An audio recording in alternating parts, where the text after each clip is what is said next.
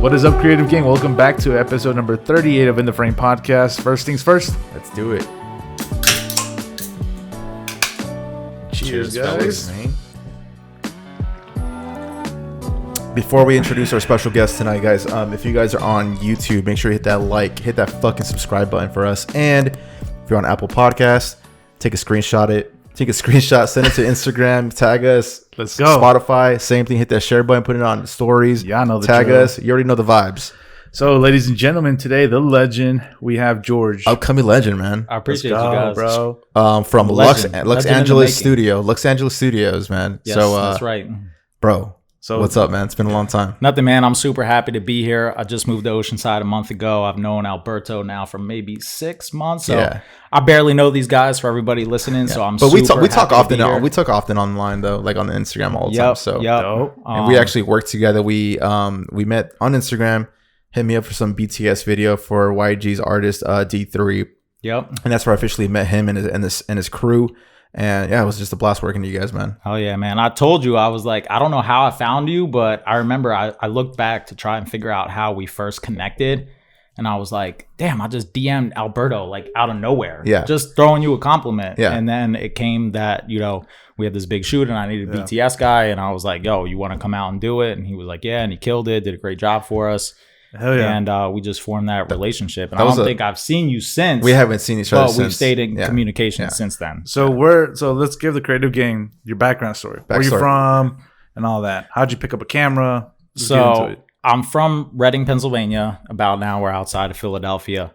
My story is like really, I'll try and give you guys the Cliff notes. version of The synopsis, my last 10 years because it's a lot. But basically, I went to college How old in are you? Philadelphia. I'm sorry. I'm 31. 31. Okay, you're my age. So I graduated high school 2008. I went to college in Philadelphia. It was a small school, Philadelphia University. I got my degree in fashion merchandising, something like totally random. Right. And I used to be really into sneakers. You still are though. I still am. I see the drip, bro. I know. I saw your sneakers. I see the drip. You know, I've always been like color coordinated my whole life. I was like, those are white, bro. Yeah, I went to I was school. fucking getting blind just looking at that shit. Yeah, my first degree or my first major was fashion design, and then I realized I had to sew about a year in, and I was like, "Fuck, let me change majors. I'm not meant for this." And I switched to fashion merchandising. I got my bachelor's. I did a 5th year. I got my master's in business administration. Okay. From there, I worked in the corporate world. I was an assistant buyer for one of America's top corporations, and I got fired after 60 days. Damn. And I was like, shit, what am I going to do from here? I moved to Atlantic City. I was in an apartment by myself, literally got fired 60 days into the job. Damn. So imagine like getting your Didn't MBA. even pass probation. Like, You're so hyped to work, and it was really like a messed up. was this like a dream job? It wasn't a dream job, but it was stone. It was a cool job. Like, but basically what happened was my boss just sucked and we didn't see eye to eye. And, It's always the boss's fault. and I was her second assistant, and the first one had only been there for like a month. And so she was still trying to figure out what she was doing while training me. Right. And so I was like struggling to learn because she wasn't teaching me right. And so they told me, after 30 days, they gave me a warning, and then they let me go after 60 days. And I was like, fuck. But I was happy though, because I was miserable at the job. I was like, Well, that's good. this ain't for me, man. It's weird when you graduate college and go work a job and you're like, this is what I'm supposed to do for the rest of my life. Like, shit, this is it. Like, this is the dream. Like, this is not the dream. So from Atlantic City, I moved back home to Reading, PA with my family, and I got a job selling Fords. I got into car sales. Gotcha. Which is something you don't even need a college degree for. So I was like, it was totally random, but I was looking for jobs. They had a nice sign-on bonus. I was like, I'd been doing sales type stuff, all through college and when I was in high school and stuff. So a lot of retail jobs. So I was like, all right, I can get into this. I know a little bit about cars. I'm definitely not a car guy by any means. Right. But I did it for a year and a half in Pennsylvania. I made close to 50 grand like my first year. And I was like, okay, I'm figuring out sales. Like, I'm learning how to talk to people and stuff. I'm curious to say, is the employee discount crazy, or is it like not even worth it? No, it's not crazy. You I always wondering that. if you want a car, you get $500 above invoice, and that's what you pay for your car, and that's it. So, but anyway, so basically, I did that for a year and a half, and side note, I started making music when I was in college. I wanted to be a rapper growing up. I was like, I've seen your Throwback Thursday post. What'd you fuck with, Logic or Pro Tools? Pro Tools. I was always a Pro Tools guy. And it's funny. So when I was selling cars, I started really going to the studio and Reading and whatever. And then I came out to LA 2014, summer 2015. Summer 2014 first. Then a year later, I came back here and I went to this thing called the ASCAP Expo, which is basically a 3-day weekend. It's like a conference where all these major songwriters and stuff like that, they talk to people, and there's probably like 1,000 people attending it. This is LA. This is in LA. Gotcha. Summer 2015. And I came out here and I remember my mind just being blown. I was got that West Coast holy shit, there's so many hungry people out here and they're all creative and they're all just like really passionate about what they're doing. I need to be around these people. Fuck. So I literally went back home to Pennsylvania, and that Monday I looked up all the Ford dealerships in California. And there's a few out here. I got a job at Galpin Motors, literally over the phone. I called them and I pretended like I was already living in LA, and they basically hired me over the phone. Nice. So I moved out here literally 2 weeks after I came to LA. I went back home and I found the job like 3 days later, and I was like, yo, mom and dad, I'm moving to LA. Like, I'm out in 2 weeks. How did they feel about that? They were pissed as fuck. They were like, what? It was like a shock. They were like, you're just gonna go? Like, is your hometown like more of a small community based, tight knit, or? So Reading is like a really poor city. I was telling you guys before we started this, and it used to be the poor city in America like 10 years ago, and it's still just like a lot of people are under the poverty line. Right. It's just a dead city, and me and my brother, you know, we used to live right outside the city where my family is, in a suburban town. I come from the suburbs, but I was always really close to the city. I have a lot of friends in the city. And we're about an hour outside of Philadelphia. And it's like, there's just no potential for anything there. You know, It sucks. I love all my friends and I love my family. All my family's in New Jersey and Pennsylvania, but there's just not a lot of potential there. Yeah. So I was like, I had to make a move. I either wanted to go to New York City or I wanted to come to LA. Those were like my two. I've always had dreams. And then you got that West Coast sun hit you, those California waves. I came out here. Those fish tacos and breakfast burritos. Baby. And when I moved out here, I was 25. This was summer 2015. I knew 2 people out here. One of my old college roommates and a girl that I went to high school with. Awesome. So I stayed with her for 30 days, threw her some money. And then basically I found a house on Craigslist. I moved in with 3 strangers. I was like, oh shit, I got a job selling cars out here. I did that for a whole year.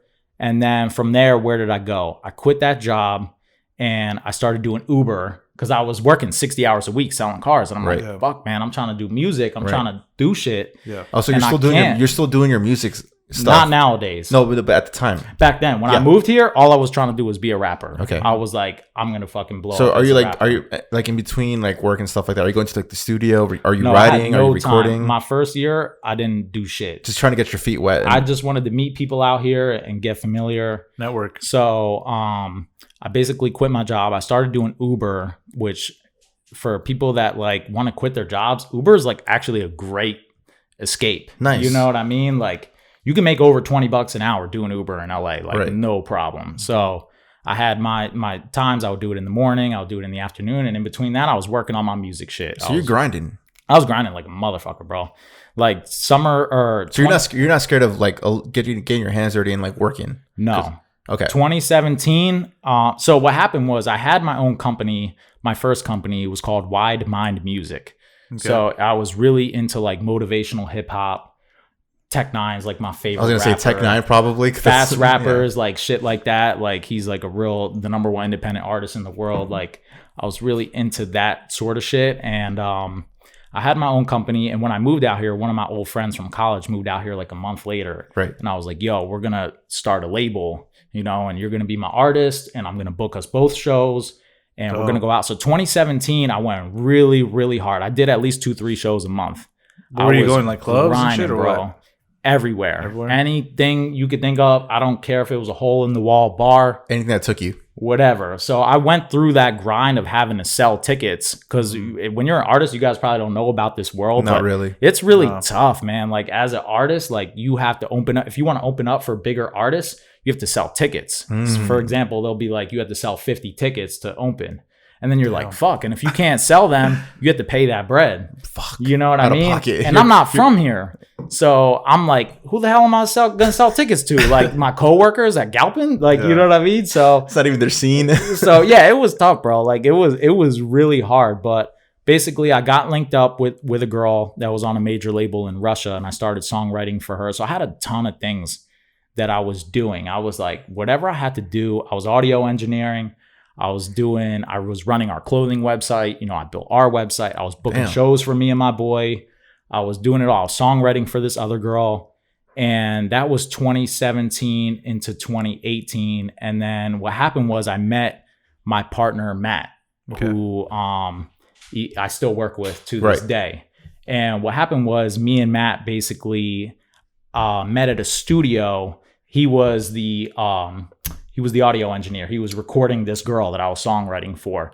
And I found out that he was making music for TV and film. And I thought that was the coolest shit ever. Yeah. That shit blew my mind. I was like, that's how you fucking make money with music. You know what I mean? And I wanted to stay connected with him. Yeah. So for like a year, I was sending him producers. And I was just sending him people that could help him just to stay connected with him. Because I was like, I want to do what this guy's doing. I want to make money off my music. Right. You know what I mean? And basically about a year after I met him, this is like close to the end of 2018, we got a house together in North Hollywood. Gotcha. And after I did Uber for a year, at the same time, I got a corporate job working for Uber, ironically. So I was in their office, and then I got the house with him.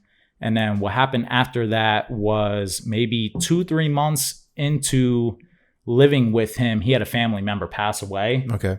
And he got like $13,000. And he was like, what should we do with this fucking money? You know? Because I was like, yo, you're going to be my business partner. Like if we're living together and we're doing this music shit together, I was making money like on the side, like recording people. Yeah. I was building websites for people. I was doing whatever I had to do. Yeah.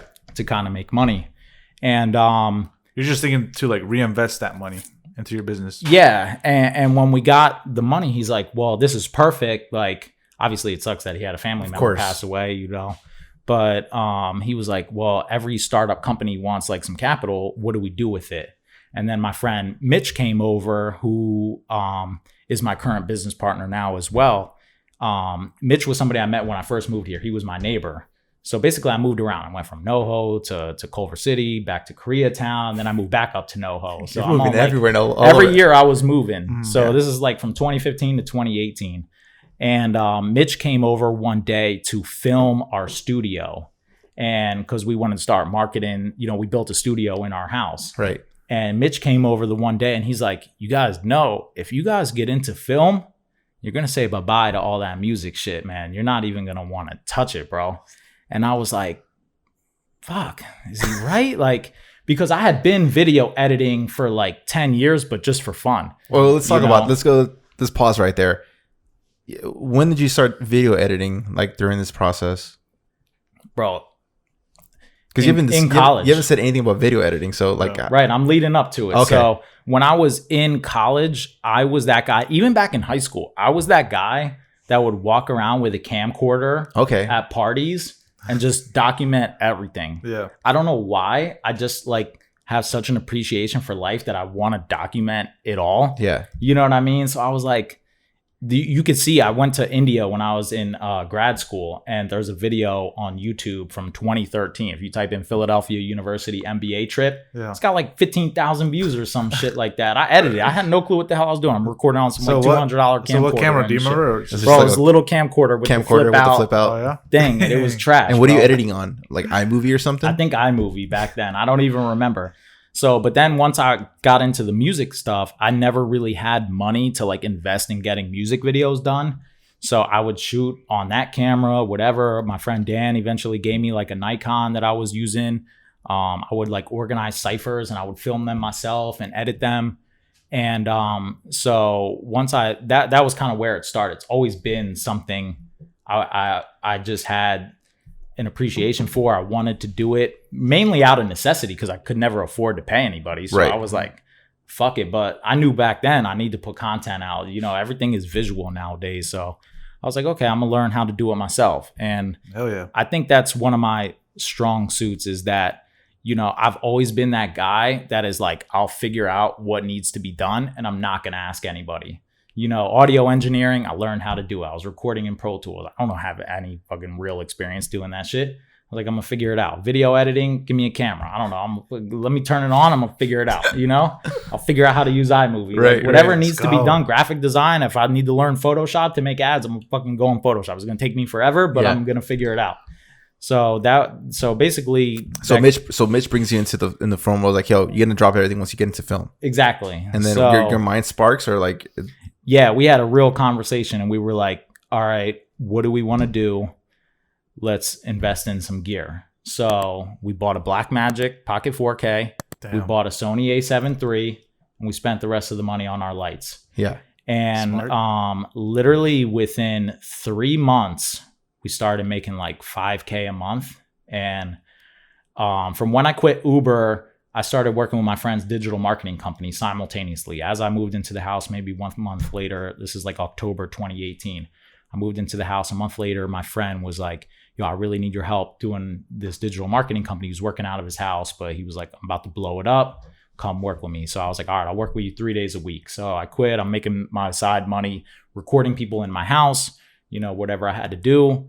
I'm working with him. And within 3 months, we started making $5K a month. And I quit the digital marketing job. I was like, yo, dude, it's like, not worth my time. like, I love you, but like, I need to go on my path. You know what I mean? And he was throwing us a ton of work, and he recognized that like it was like about to take off. So another 3 months go by and we started hitting 10K a month. And I'm like, oh shit. So what can we talk about roles? Like, what are you guys' roles in the position? So what's Mitch doing, and what's Mitch wasn't part of our company at the time. It was just me and Matt.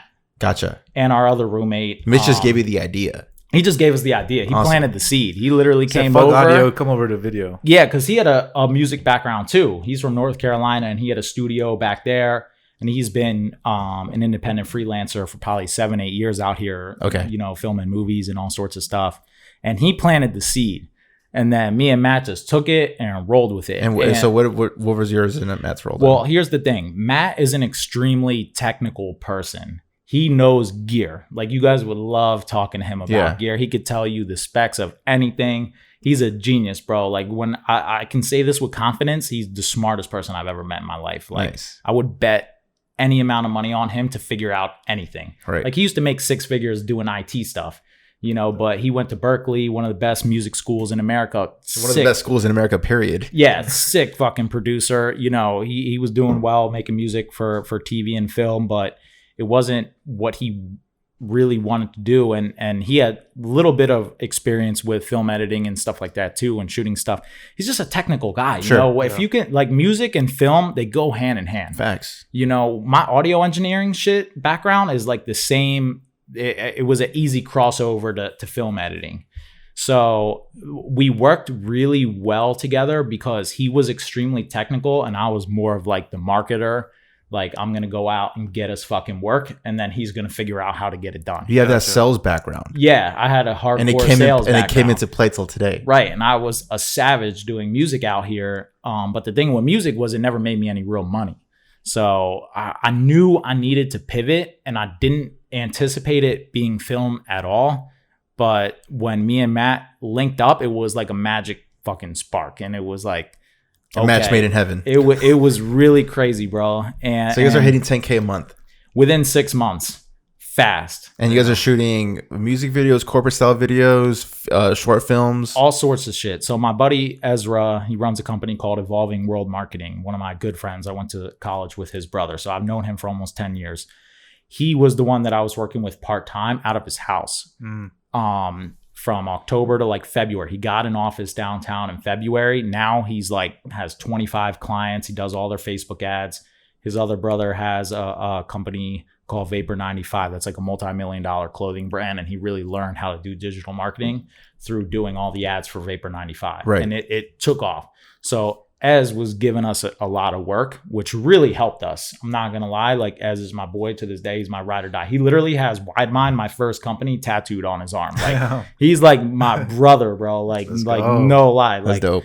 And so he gave us a ton of work. And then, you know, we just figured out, we started getting more work ourselves. And it started going really well. I was looking at the numbers. I'm like, how are we stringing this shit together? Like, because it was never like, it never felt like consistent. Like every month was like, all right, are we going to make it? Like, are we going to be good? And then once it was like a 10K month, a 12K month, a 15K month, an 11K month, a 14K month, I'm like, bro, we're fucking doing this shit. You know what I mean? Yeah.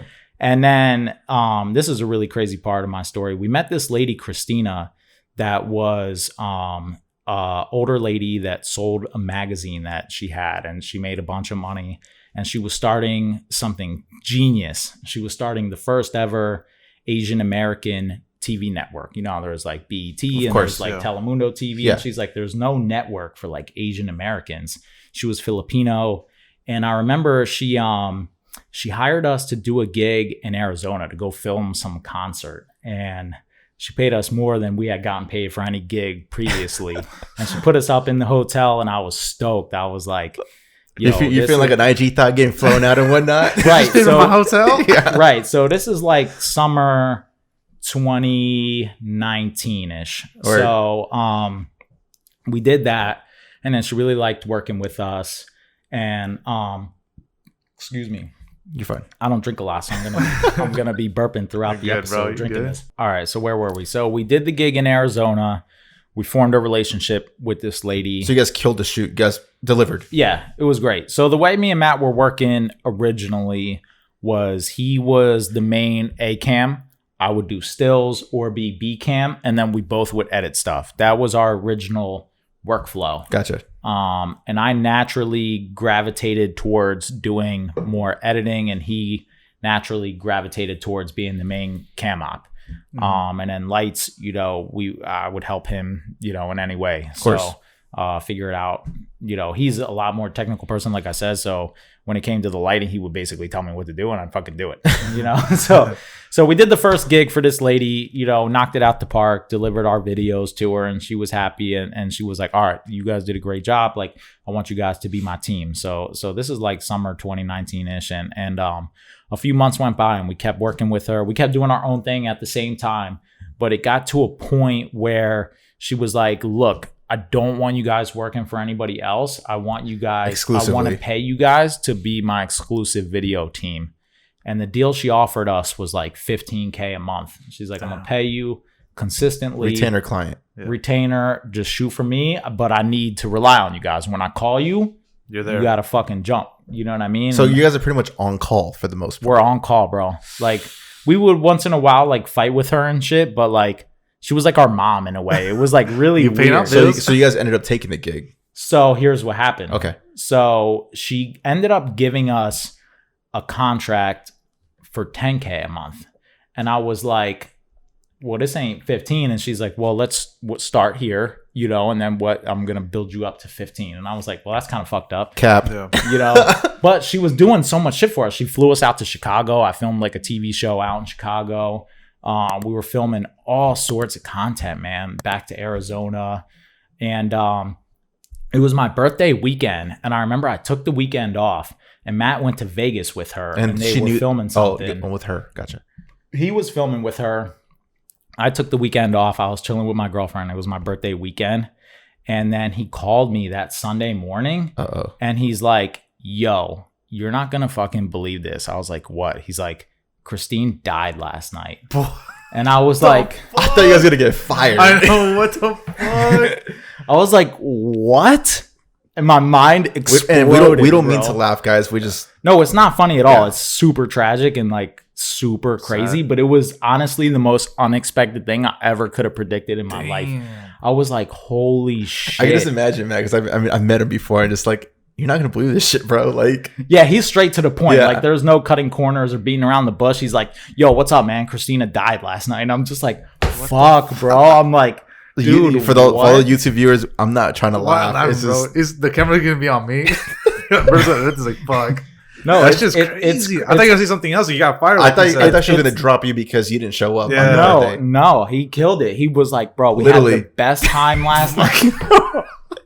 No, that's fucked up. Yeah, I know. But I'm sorry. Christina was awesome, dude. Like, R.I.P. to her. R.I.P. dude, for sure. It was honestly one of the trippiest things like I've ever experienced. Heart attack. I mean, I don't have to get into detail. Her heart like, I forget exactly what happened, but it was basically like it filled up with water. Okay. And this was the type of lady that was like in her 50s and was like the Energizer healthy bunny, dude. Like super healthy, skinny. You know, she was the Energizer bunny. She slept maybe 4 or 5 hours a night. Ooh. And they did like a gig, and they went out to dinner that night, and she balled out that Saturday night, and then she went into her hotel room by herself.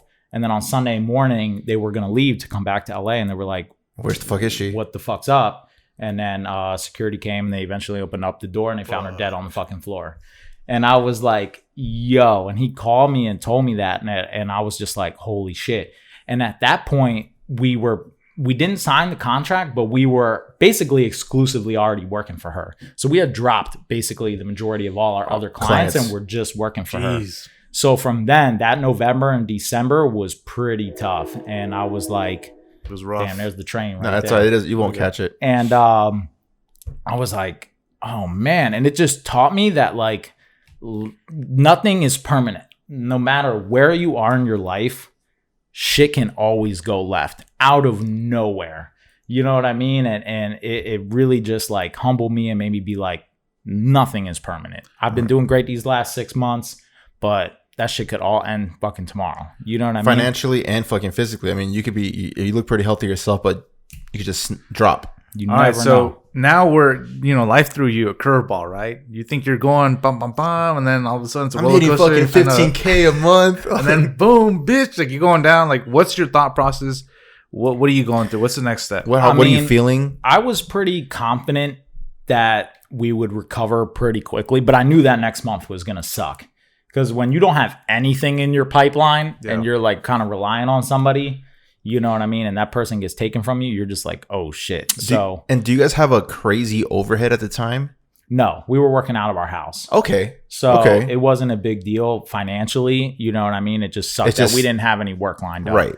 So we took some gigs that were like whatever. Little shitty gigs. The next month. Yeah, we just kind of took whatever for like the next 2 months. So one question I do have is, did you guys, like, was it awkward for you guys to go, like, the clients that were like, yo, like, we want some work. Like, yo, we can't because we're working with Christina, I think you said. How was that communication? No, I mean, it's fine because I feel like with business, you just got to be open and real with people. Like, I can't do this right now. If you can't meet my budget, I'm sorry. You know what I mean? Like, we never really got to the point where we were fully exclusive with her, where I was turning down, like, a ton of people. Like, we were on the verge of getting there. Mm-hmm. And it was kind of weird because I felt a little bit, not sketched out, but I was like, when she gave me the contract and it wasn't what we talked about, I was like, we kind of put it off. You know what I mean? Didn't talk about it. Yeah, that's kind of a red flag. But yeah, I've been in the opposite situation where, wait a minute, this isn't what we discussed. And then the paper says something crazy lower than what you said. Right. Yeah. So I've been in that situation before. But we did believe in the vision. We were like,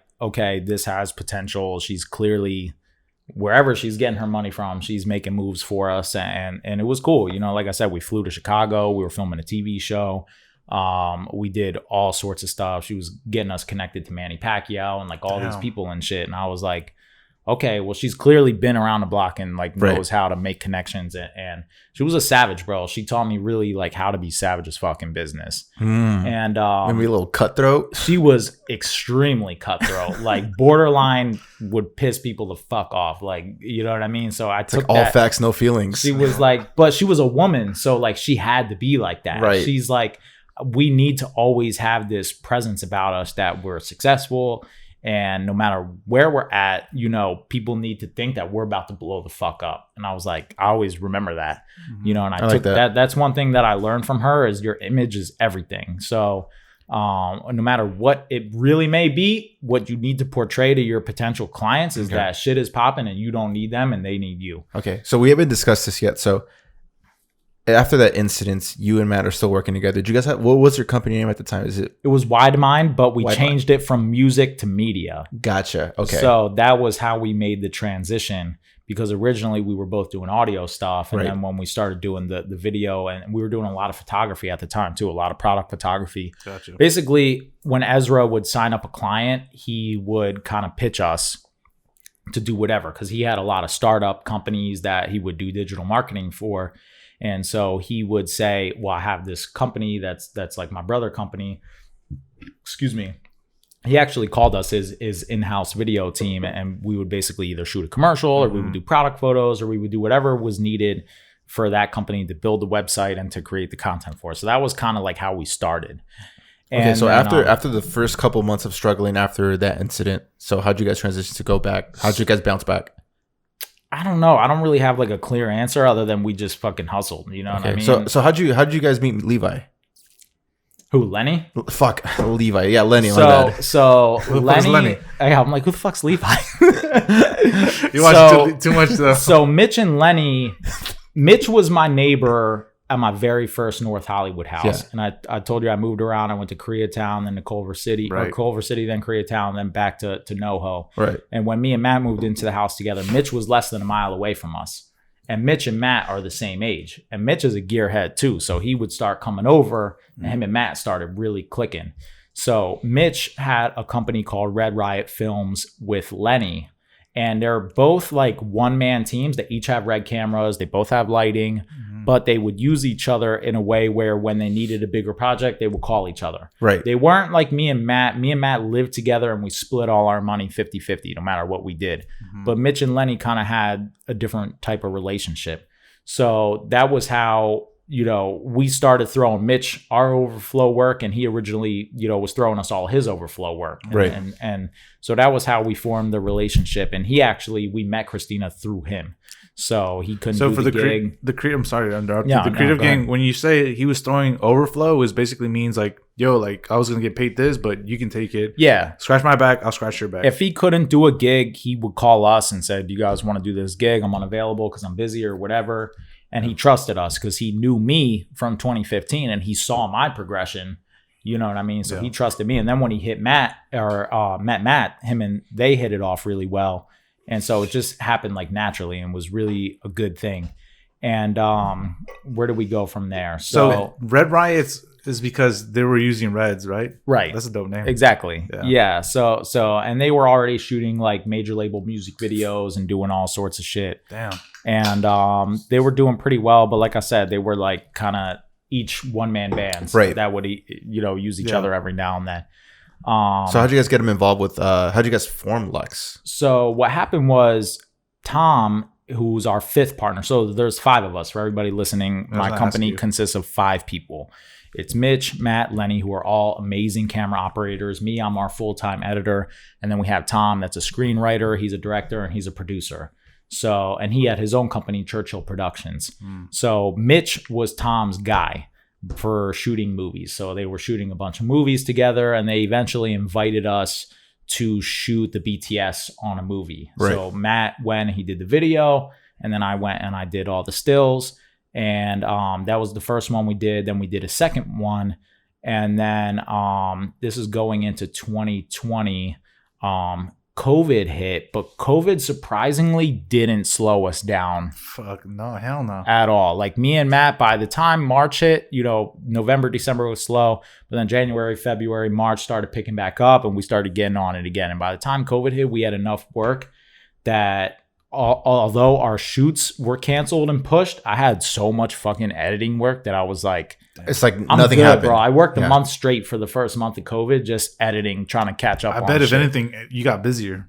Yeah. You know? So then a few months later, this film company that we work with to this day was like, look, I want to give you guys the post-production on a movie. Do you guys think you can do it? And we were all kind of separate entities. You know, it was me and Matt, Mitch and Lenny. Tom was his own thing.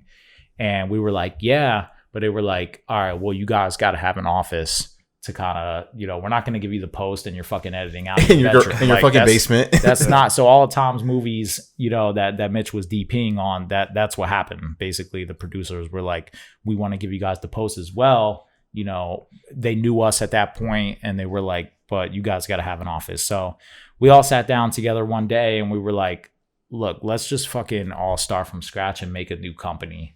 And that's where Los Angeles Studios was born. Fuck. So that was like basically summer of last year. So not even a year ago. Because I remember seeing your post when you guys got the fucking keys and shit. I was like, dude, holy shit, they already got a studio. Like, yeah, this was like June of last year. You know, we formed the LLC. So it was basically the 4 of us, me, Matt, Mitch, and Lenny. And then Tom's like a half partner. Sure. So because he got the office with us too, and we still work with him for everything basically. Right. So we got the first office, and shit just took off like a motherfucker. Really? Yeah, like really. Wildfire. I feel like when you have such an overhead, it's only going to push you to go harder and get those bigger budget clients. Right. We got the first office, and then we got a second one like 2 months later. So I actually have 2 offices in Burbank right now. Really? So our second one we mainly use for like storage and stuff, but we can work out of it if we have to. Right. So yeah, it just took off from there.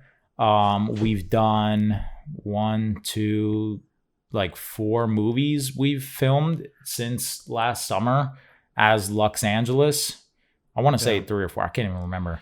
And before this, we were talking about, like, we're not going to say anything, but they're on major platforms. And I was like, oh, shit, like, what? Like, I got to go check them out. We can mention the major platforms. Go the ahead first and one, your accolades right here. The first one that we did before we were even Luxs, but with our whole crew, it was a movie called Amityville Harvest. You can go watch it on Amazon Prime right now. Yeah. And you edit this? I didn't edit this one. I shot the BTS. This was the second movie I ever did BTS for. My friend Dan edited it, who works with us too. But you guys shot it. But we shot it. Gotcha. Yeah, and Tom directed it. So that went out through Lionsgate, which was pretty big. Yeah. And that one has absolutely killed it. It was like number 3 in Redbox. You can go buy it at Walmart and whatever. And it's doing really well at Amazon Prime. It was like number 8 in streaming in the month of October. It was like Halloween season, baby. Yeah, bro. Like horror movies. So our lane is really horror movies. And then in December, we had a movie called The Business of Christmas that came out on BET Plus. So that was another movie that we all did. And then from there, we've shot 2 more Amityvilles that we've done. And then we just shot another movie, and we have like 3 more in our pipeline right now. So the cool thing about, like, this is a little off topic, but like this is a well-known thing about horror movies. Like, it takes little budget, and by I mean little I don't mean like $1 million here and there. No. Little budget compared to regular feature films, and the freaking growth, the net is like insane. Yeah, like it doesn't take a ton of money to make one, but the growth is like crazy because people are gonna watch that shit. Bro, that fucking movie, especially during like Carlsbad, the Paranormal Activity. Bro. It was like 13 million, I believe, and it fucking grossed like shit 90 something. That was like less than a $50,000. $50,000. Yeah, shit. Probably less than that, and it made millions upon millions, and they made sequels. So like. That's what I'm saying about horror films. Like, it doesn't take too much money to make, but it fucking could grow crazy. Yeah, we're trying to be the next Blumhouse is really the lane that we want to be in. What I've learned from Tom is that horror movies do really well, and like Christmas movies do really well for whatever reason. Unless you're doing like a Marvel superhero film, of course. But that's going to be $250 million budget right there. Yeah, but for something consistently, I've been learning a lot about how to get our movies distributed and what the distribution process looks like. And horror films are like gems. People are always going to be into scares and that sort of shit. A little off topic too, like Alberto said, but I remember when I saw Paranormal Activity, like, a fucking movie is scary when something scary happens, instead of screaming, people are just like quiet because I was like, "What the fuck is going on?" And I was like, "Love that movie." Yeah, bro, it's so good. Yeah, it's super good. Yeah, so just in the last, go ahead. Well, I just want to talk about like your editing process because we really haven't discussed your workflow as editing from fucking doing bullshit videos on high school to all of a sudden I'm fucking doing feature films. Yeah, it happened really fast. So like during those whole like four years, like you're just like fucking, hey, can you edit this real quick? And then fuck it, I'll figure it out. And then you're just on it. Yeah, my first year with Matt was like, all right, I gotta figure out how to be a legit editor. Did Matt ask you like, hey, dude, like I'm shooting a lot of shit, like can you figure out how to edit shit?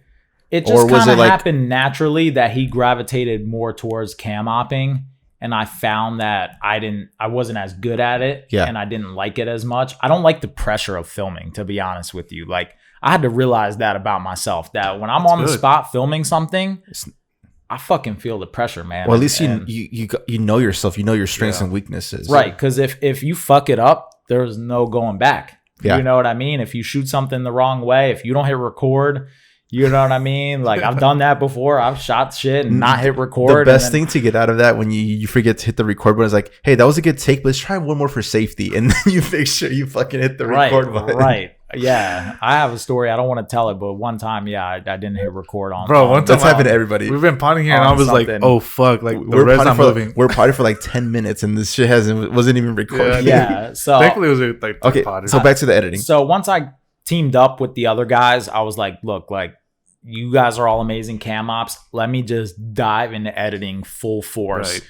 Let me become the best editor I can be. And none of them like to edit. Nobody really. likes to edit. The I fact like that it, the fact bro. that I know you like I to love edit is it. insane to me. You're a unicorn right now. I think it's because as I'm growing up, I'm realizing that I'm more introverted the older I get. Like I don't fuck with people, man. Like I can be extroverted, and once I'm in the zone, like when I'm talking with you guys about something I love, I can go off. But in general, I'm not the type of guy to go out a lot. I don't care about socializing with people. I want to get my work and solidify my future, man. I'm like hella focused. I love that. And so I just was like, look, this is cool. I'm cool with sitting in front of the computer for 13 hours. You know what I mean? Like some people, it fries their brain. Like I've sat with clients and they fall asleep or they're like, bro, I don't know how you fucking do this all day. And I'm like, I fucking love it, man. You're an Like, alien. You're an alien. I guess I'm a weirdo, man. Like I don't know what it is, but different breed. So as far as like learning and you like went balls deep in editing, YouTube University or you read YouTube some University, That's man. all. Hell yeah. It's a fucking thing, guys. Yeah. Oh, Should I read you guys my list that I made of YouTube YouTube videos that Go for it, not man. YouTube videos, but YouTube people? people that No, they yeah, no, need no. to We check out. always ask. Because if there's anybody that's listening to this, Hell look, yeah. I made a list before I came here. Let's go. Look at that. YouTube channels. This guy edits. My favorite fucking. It's called This Guy Edits. It's literally the channel name is This Guy Edits. Okay. And he breaks down feature films in such an in-depth way where he'll take movies and either tell you why they're bad or tell you why they're good. And sometimes he'll recut like feature films. Like I don't even know how he gets the footage. You and just shit. download it illegally and then you just cut it up. He's plugged. So whatever. Studio Binder. I have is- no Studio Binder. You need to check out Yeah, their they're good. YouTube. King Tut's Pro does a lot of Final Cut stuff. Creative Ryan, YC Imaging. which I know Hell you yeah, guys bro. listen Hell to. yeah. I listen to a lot of like, I know you guys are big Sam Colder fans. Yeah. Like, oh yeah. um, Speaking of fanboys. Sam Kohler, right. More ever since he got his girl. Lost Shit. LeBlanc was somebody I was Yeah. watching when I first Travel. got into this Travel. shit. And then Peter McKinnon, Of course. obviously. And then Indie Mogul was Indie another Mogul one. is such a So- good fucking channel when it comes to fucking cinematography in general, man. They Right. break down lighting, they break down music videos, they break down camera angles. It's such a great channel. Studio Binder is definitely a good channel. Yeah, I was thinking because I haven't been watching YouTube. I haven't watched YouTube in months. But when I first started getting into this stuff, you know, before I moved here and when I was at my old house, I was watching YouTube every day. Same. Like I would wake up and as I'm getting ready, I'm throwing YouTube on and I'm watching it as I'm getting ready. Right. You know what I mean? At night before I go to bed, I wouldn't watch TV. I would watch fucking YouTube videos Facts, because I dude. was just like, I need to learn. Like I don't know what the fuck I'm doing. I Yo, need to Creative, figure give this us a shit out. fucking thumbs up. He's just throwing gems. Yeah. He's giving me fucking He's going. $3.99. This guy did bro. not go, and no Give that disrespect, thumbs he didn't up, go to no bro. fucking film school or anything like that. And he's fucking literally editing feature films right now Yo. Yeah. based off fucking YouTube. How insane is that? I had to figure it out, bro. go. Like I had to just like figure it out. You know, there's nothing else to it other than the willingness to learn. You know, I was just like, all right, if this is where my life is gonna go, I need to go as balls deep as possible and figure it out. You know, even to this day, part of the reason I get stressed is because you want to do a good job with your work and you want to keep learning at the same time. right. Yeah, I love And that. it becomes a lot. You know Yeah. what I mean? You're like, fuck, when am I supposed to make time to learn? You know Yeah. what I mean? Like, but I think for anybody that wants to get into this shit, you need to just realize that it's up to you to take the time to learn. Yeah. You know what I mean? Like, Dude, I love that you just said that because you guys are video people, and I think about that myself. Like I get a little hyped up. I'm like, man, I think my shit's fire. Like, who gives a shit? Like, I'm done. Like, I hit plateau. But then Right. I'm self-consciously, I'm like, nah, bro. Like, you got to keep improving. That's Yeah. something I keep telling you, motherfuckers. Like, keep improving. Never plateau. yeah, you're never where you want to be. Yeah. What is that shit called? Hungry but never satisfied, or something? Yeah, hungry never satisfied, man. Right. So let's get a little nerdy, man. I know you say you're not a big nerdy talk. you're wearing that red shirt. But what are you editing on? So Oh, I mostly use DaVinci Resolve. How do you At like this that? point, How do you like the I result? love it. I've been using it for almost a year now, so I'm totally used to it at this time. I know it's really great for coloring. coloring. So is are you the also main- a colorist as well? No, I'm not a colorist. You just edit, you send the footage, and you give it to a colorist? I can color minimally. I can balance images. Right. But you can't grade it. The benefit of us having a team is that Matt and Mitch really love color grading. Okay. So I love to color too. I'll do the edit and I'll add whatever effects I want to add, and then they color it. And then, we send our movies off to QC. Well, we have a sound team too. Right. Which is dope. So there are so many different people that work on our projects, but I mean, I'm the guy when it comes to cutting the footage and sitting with the director and handling that aspect of it. I get the bulk of. So you chop it up and sequence it, basically. I chop it up in the way it's going to be, and then they come in and give it a look. Dope. So color grading is a whole nother level. That's something I need to learn, and I'm very aware. Well, shit. I mean, after this conversation, you've been doing it for resolve for a year. So yeah, I mean, you have ways to go. Like you're only gonna fucking get better, bro. Like right. Your growth is pretty crazy. I mean, just based on the story you've been telling us right now, like this whole time, and I told you this off air, like holy fuck, bro. Like I thought you guys been running for like 10 years at this point. And it's only been, 3 years, man. If that? Yeah. And some of the people, not to name drop, but just in the last year, bro, like I've worked with Dame Dash. We did with YG. We've done multiple things with YG and D3. I have the Whites Effect, which is like a celebrity stylist. He styled Andrew Whites is like one of my proudest clients. I'm so happy to have him. I love him. Damn. And he's a celebrity stylist. He styled Tom Brady at the Super Bowl, and he's my fucking guy. That's fucking sick, man. No, yeah. And he's being modest right now, man. He's been working with some bigger cats, but we're not going to name drop him because I don't care about name drop. Yeah, I'm not going to name drop like a lot of the future projects we have going on, but past stuff, I'm okay with talking that's what I'm saying. That's why we're going to keep it modest right here. But that's you guys are for such a young production group, fucking... And just knowing that you guys none of your partners are from either Southern California or California in general. You guys are all from the East Coast. Yeah. And you guys all came to fucking LA, somehow made it work together, and now you guys are fucking killing it. I told you off air, Matt ironically grew up 30 minutes away from my hometown, another town in PA right outside of Philadelphia. Lenny's from South Jersey, Mitch is from North Carolina, and Tom's from New York. And we all moved out here at separate times. And you guys have that passion of, creativeness, because you guys all have different creative backgrounds. You're coming from music. Matt's like an audio engineer, and somehow you guys got into the film world.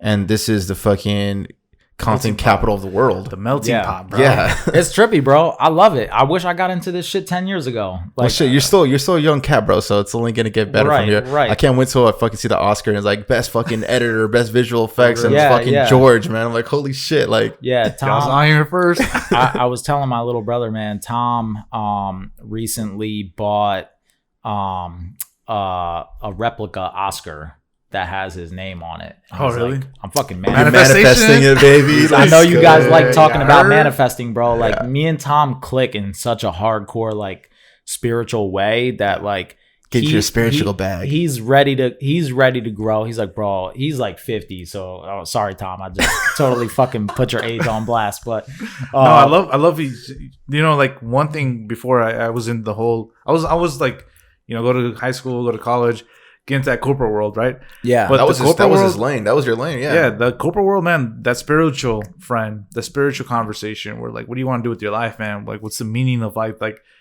oh shit! Like, so it sparks something in your head, and you're just like, what the fuck am I doing with my life? Like, it's a smack in the face. Yeah, man. That's what it did. It was a smack in my face. And like, yo, go on this highway, and it's beautiful that you just said that. Yeah, I remember my first corporate job was $36K a year, and all my friends were like, starting at around $40K a year that graduated school with me. That's what most of our jobs were starting at. And they were like, that's a great salary. And then I started working and I was getting paid, $1,100 every other week or something. And my school loans were like $800 to $900 a month. And my rent was like $1,000 a month. So I'm like, literally after all the money I made working this corporate job, I have $0. Yeah. What the fuck am I doing, bro? And I was so pissed off. I was just like, fuck, dude. Like, I've been fooled by the system. Yeah. I think a lot of us were fooled by the system, bro.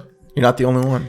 And I think my whole take on college is that, I don't know if this is necessarily right, but I wish students could like take a year off of school after high school and go work in the real world. A little sabbatical? Because then they'll figure That's out not what the hell they sabbatical. want to do. When you're thrown into the jungle, you're going to fucking like make a decision. But when you just say, I'm going to go from high school straight to college, you're like kind of coasting and you're like, well, this makes sense. You know, my thing was I didn't go to school for something I necessarily was truly passionate about. I went to school for something that I thought made sense, which was wrong. And when I graduated, very well likely if I had been on with a different company, I could have taken off and, you know, had a really good career. Right. But I didn't. You know, that wasn't my life's path. So I think it's tough, man. And it was definitely a smack in the face for me. And I remember feeling really bad at that time and feeling like, fuck, man, I just went to school. I had great grades.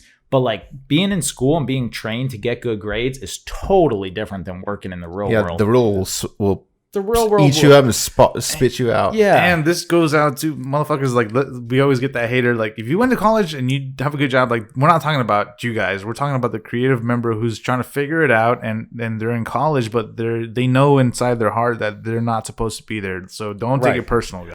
I don't want to shit on college. My whole thing is that I just feel like I wish there was a way for students to be able to make a smarter choice of what they want to go to school for. Because I feel like so many kids, the majority of kids get caught in that just trying to figure out what makes sense to them as opposed to what they really enjoy. Because I know for me, when I was 17, 18 years old, I'm like, how the hell do I want to know what I want to do for the rest of my life, man? Exactly. I just pick something. Bro, you know? I know people my age at 31, they still don't know what they want to do in their lives. That's true. And so it's like, let alone a 17-year-old kid that Right. you're just getting swayed by your parents or by your aunts and uncles, family members, friends. Like, Yeah. And guys, we're not saying school is full of shit. Low key we are, but we're not saying don't go to school. We're saying like Expand your horizon. Yeah. Like, you know what I mean? Like when I first started, when I went to college, like I told my brother, like I always like give my brother shit because I was like, my brother went to the same school as I did, and then we dormed together after I was there for 2 years. And then my brother was like, I want to become a geologist. I'm like, what the fuck? Like you're stupid. Like, dude, they don't make any money. They don't do this and that. Yeah. And then like it's like, well, I love geology. And then I'm all like, it's like I was doing accounting at the same time, and then he jumps like, wait, what are you doing in accounting? And then he saw what I was doing. And was like, well, fuck this. I'm going to switch to accounting. And right now he's making good money, like doing accounting. But I'm saying like, I didn't have that role model. And this is why we started this podcast, because we want to spread the word. Like, yo, spread your horizons, bro. Like if you're drawing and shit, like you might like editing, you might want to take pictures and shit. College can totally enhance people's lives. Definitely. If they're going for something they're truly passionate about. Yeah. You know, when I went to school, bro, I did the bare minimum. I was like, fuck it, I'm just trying to get by. I'm trying to get by. I'm trying to get that was me in high school. I was totally that dude that was like, I want to party. I went out. I remember my last 2 years, bro. I was going out Wednesday, Thursday, Friday, Saturday, 4 nights out of the week. I was drinking lot. I know. And I was like, I look back on it and I'm like, damn, like. But that's part of being a kid and growing up. It is. I enjoyed it. I had tons of fun doing it, but you know what I mean? And I'm like, I'm fortunate that I went through that because like I'm past that. Like I don't care about partying anymore, and I'm like so focused into my work and lane. Right. And I know still people like some of my peers that are still in the party scene doing the same exact shit like when we were 21 years old. Like, bro, you know when I learned my lesson? When I used to go in Orange County to school. Yeah. Taco Tuesday, come through the PV. I drove like an hour, bro, to get drunk. From Orange County to San Diego. I was like, what the fuck? And then he go back to school on Wednesday morning. I don't know how the fuck he did it, but he did. But thankfully that shit got flushed out of my system. Yeah, you just got to get out of your system. That's really what it is. Yeah, man. I was getting smashed, man. 4 days a fucking week, man, for years. So when did it click for you to like, I need to figure my shit out? I think once I got fired from that corporate job and then I started selling cars, that was when I kind of had my transformational phase where selling cars, although it's not something I ever saw myself doing long term, it taught me how to talk to people, because when you're selling cars, man, you got to sit with somebody for like 2 hours sometime and make small talk with them and shit. Awkward conversation. You got to make them feel comfortable. Awkward. Yeah, that's the name of the game, is making them trust you so they'll buy a car off of you. And so that was when I really started figuring myself out. And I was making music at the time. And I remember I was just listening to some of my old music with my brother. And I was like, I love listening to this shit because even though it never blew up, it's like I'm hearing my thoughts from when I was like going through this transformational phase of like being depressed and trying to figure out my life and not having a direction.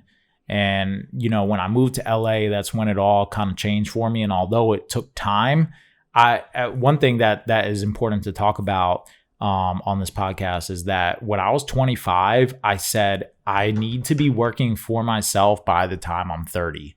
That was the one goal I had. I was like, I don't give a shit about anything else. I literally didn't date a girl in all of my 20s. Damn, I did not have one girlfriend, bro. I dated a girl from 18 to 20, my first 2 years of college, and we broke up. And when we broke up, I said, the next girl is going to be the girl that I fucking marry. And I stuck to that to this fucking day. I haven't dated a girl. And I love the girl that I'm with now, and I see myself being with her forever. That's awesome. And it's crazy, bro. Like and at 29 and 6 months is when I went full time with video work.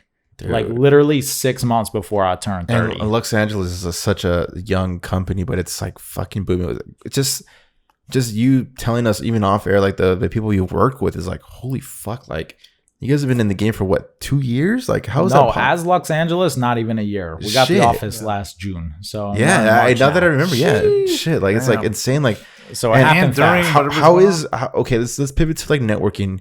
You're in the production capital of the world. Right. How easy, I don't want to say it's easy, but it's probably easier to network with people in LA than, let's say, other parts of the country. Right. And how important is it?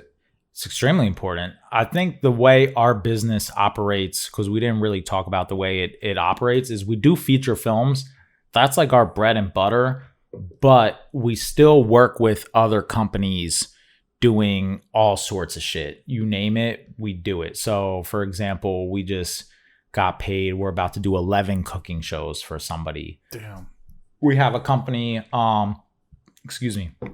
we have a company called Mybetic that I really love that is like a diabetes focused company that they make products for people with diabetes, and they're so dope. And we've done easily 30 to 50 videos for them just in like the last like 6 months. Like they bulk, we'll shoot cooking shows for them.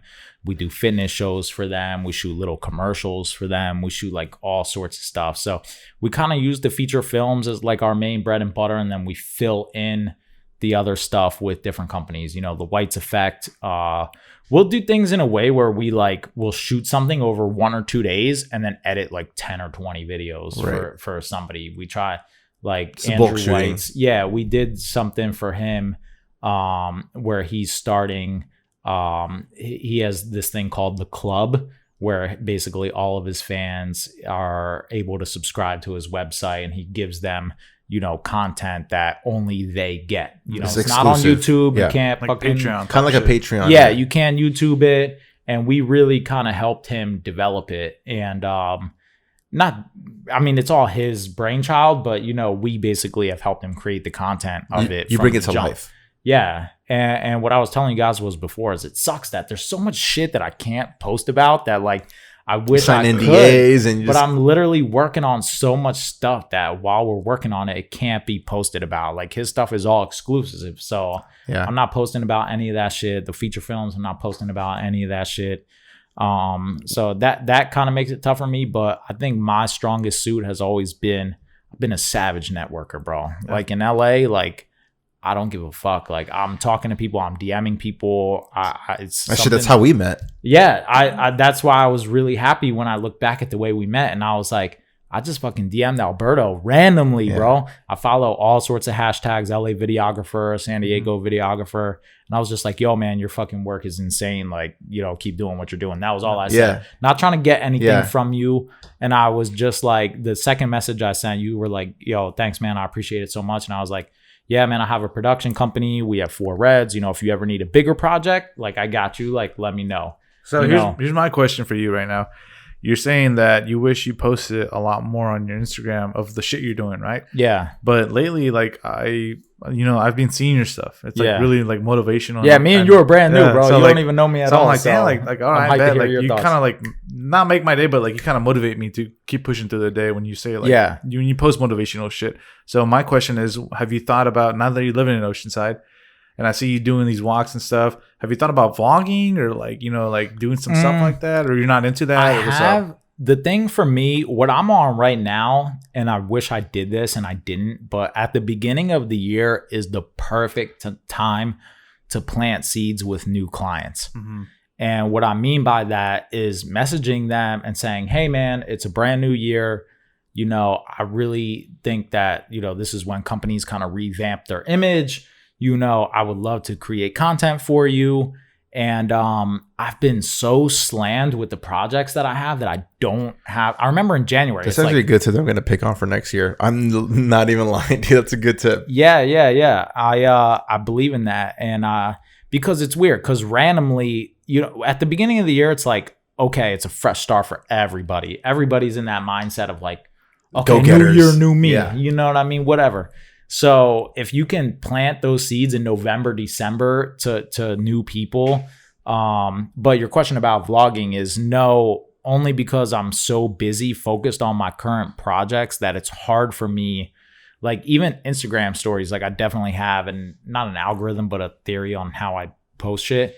And it's hard for me, bro. Like I at my core, I don't care about social media. Yeah. I can confidently say that. I do it strictly as a business tactic. I'm the same fucking So that's one thing I love that you just said, because the past episode we were talking about like how I said like I don't have time for this. I don't have time for that. It's like about prioritizing. It's not that you don't have time. It's you're prioritizing your job over like other stuff. So that's great. When I can, I do post.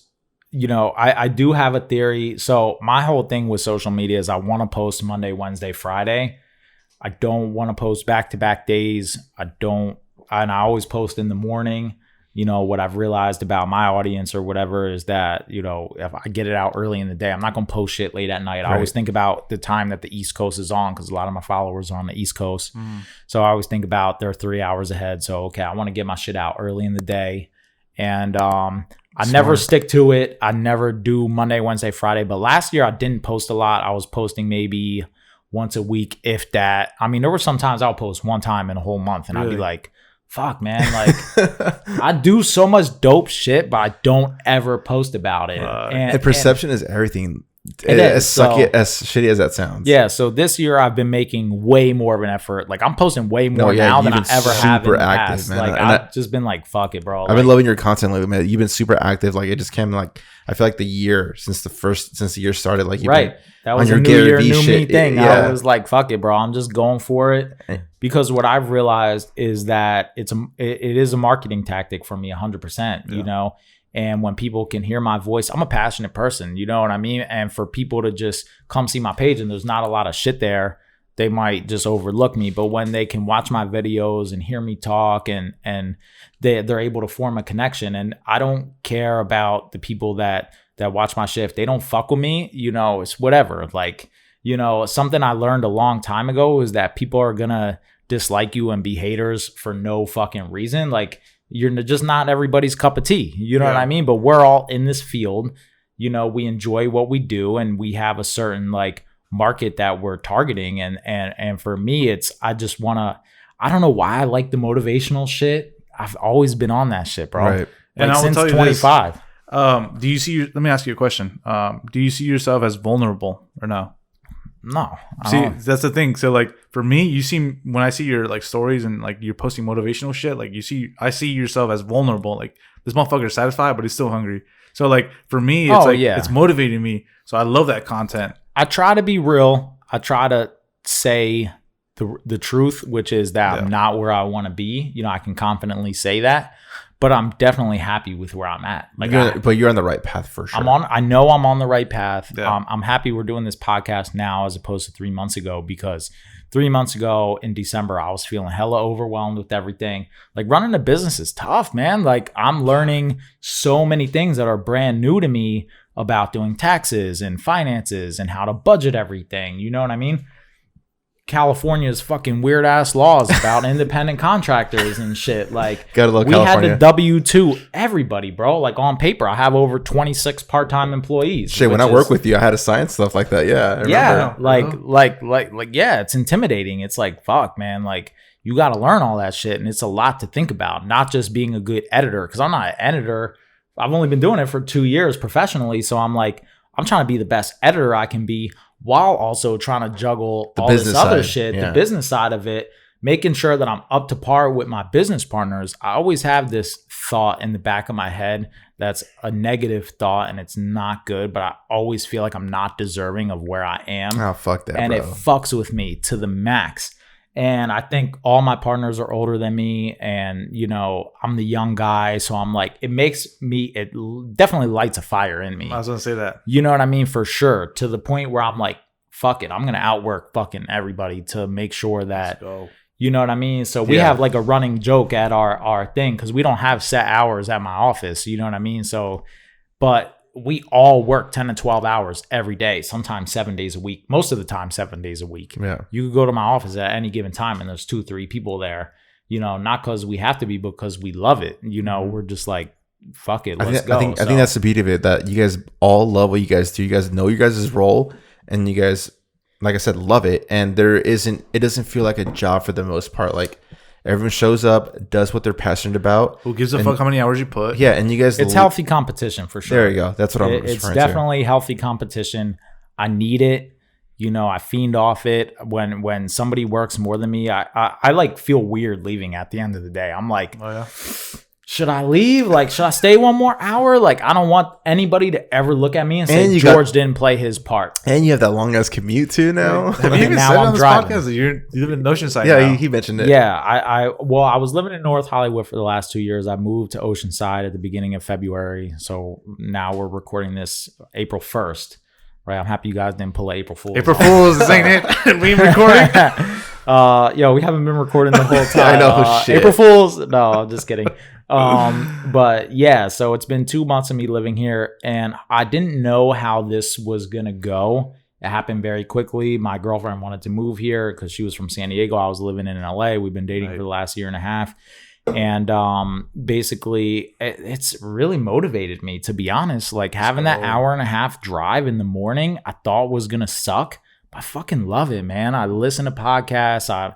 I'm now getting into my zone. I told you guys off air, I'm calling my family more. I'm calling my friends back home more. And you're definitely creating your content there too, because like most of your I content is like fucking record my shit in the car. exactly. Like, you're literally driving. I can see, I'm like, oh, this motherfucker's driving to LA. Probably. Yeah, I was like, fuck it. This is the perfect time. I Yeah. have an hour and a half to burn. I'm going to fucking buy one of those cell phone holders, and There I you bought go. one. I love it. Which took me a while. Had to buy 3. The first 2 were trash and wouldn't even hold my phone up. I You was had a like, speed what bump? the fuck?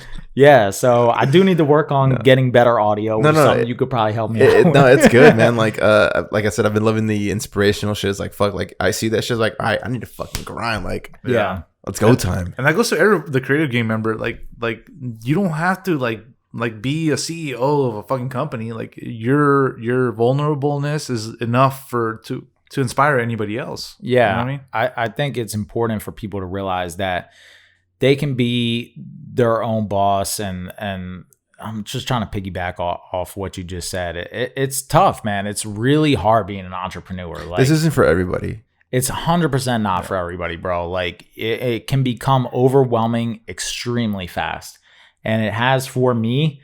But I've always had this dream. I've had this vision of being my own boss. Even when I was a kid, I remember just thinking like, fuck, man, like I need to be my own boss. Like, even as a kid, bro, like in elementary school, just being like, I don't know what I'm going to do, but like one day I just want to have my own business. Right. And now I'm 31 and it's like trippy being here. And I'm just like, damn, I'm fucking in this bitch. Yeah. You know what I mean? Yeah, and no, like it does sound sexy and all to like be like boss up or be an entrepreneur. Like entrepreneur is such a fucking annoying word at this point for me.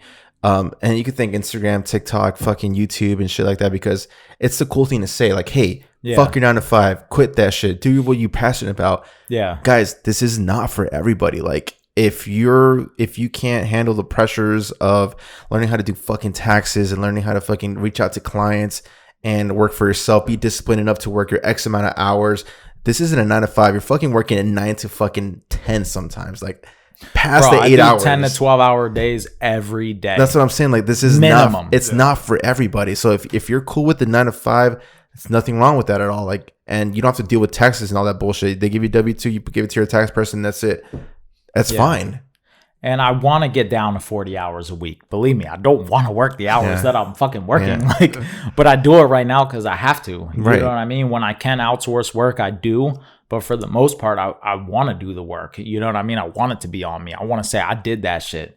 Yeah. You know what I mean? So I'm like, fuck it. If I got to be there, then whatever. But the thing about it for me is that it's fun for me. You know, when I go to my office and I look around, I'm just like, yo, we fucking made this shit happen. You know what I mean? Like, this shit didn't come from fucking thin air. Like, we made the work, you know, and showed it to people, and people liked it. And then we built from one client to the next, to the next, to the next, and kept upping our rates and upping our rates and upping our rates and so on and so forth, to the point where now we're like a fucking powerhouse. And I'm hyped talking to you guys, because I'm at the point now where I realize the potential of my company. Like you said, we're still so young, that I'm just like, man, I know the fucking potential is just endless out of this possibilities, world, bro. Endless possibilities. So man. What's the end goal for Luxs Studios, or what's the your main priority? Like, what's like a fucking a goal that you guys? We just want to shoot like fucking huge movies, man, like multi-million-dollar movies, man. And I would love to be the lead editor on those.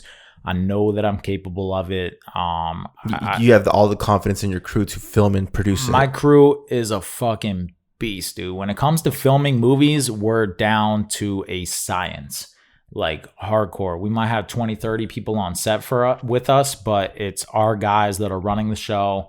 Tom's the director, Mitch is the DP, Matt's B-Cam, Lenny's doing the lighting. You know, we have our other people that fill in the other slots. We have like 20, 30 people crews that are filming our movies with us. And the difference from the movies that we're doing to, like, say, like a $50 million movie is not going to be in the way that we shoot it. It's going to be in the locations. It's going to be in the actors. It's going to be in the set decoration. It's going to be in things like that. Right.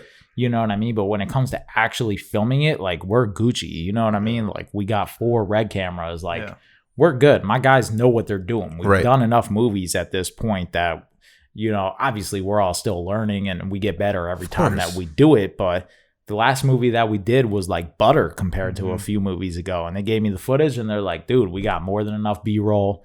We got all the shit that you need, you know, go for it. And I cut it and I was just like, damn, like, all right, we right there. Like, we're close. What's a general timeline from when they pass you the media to a first draft cut?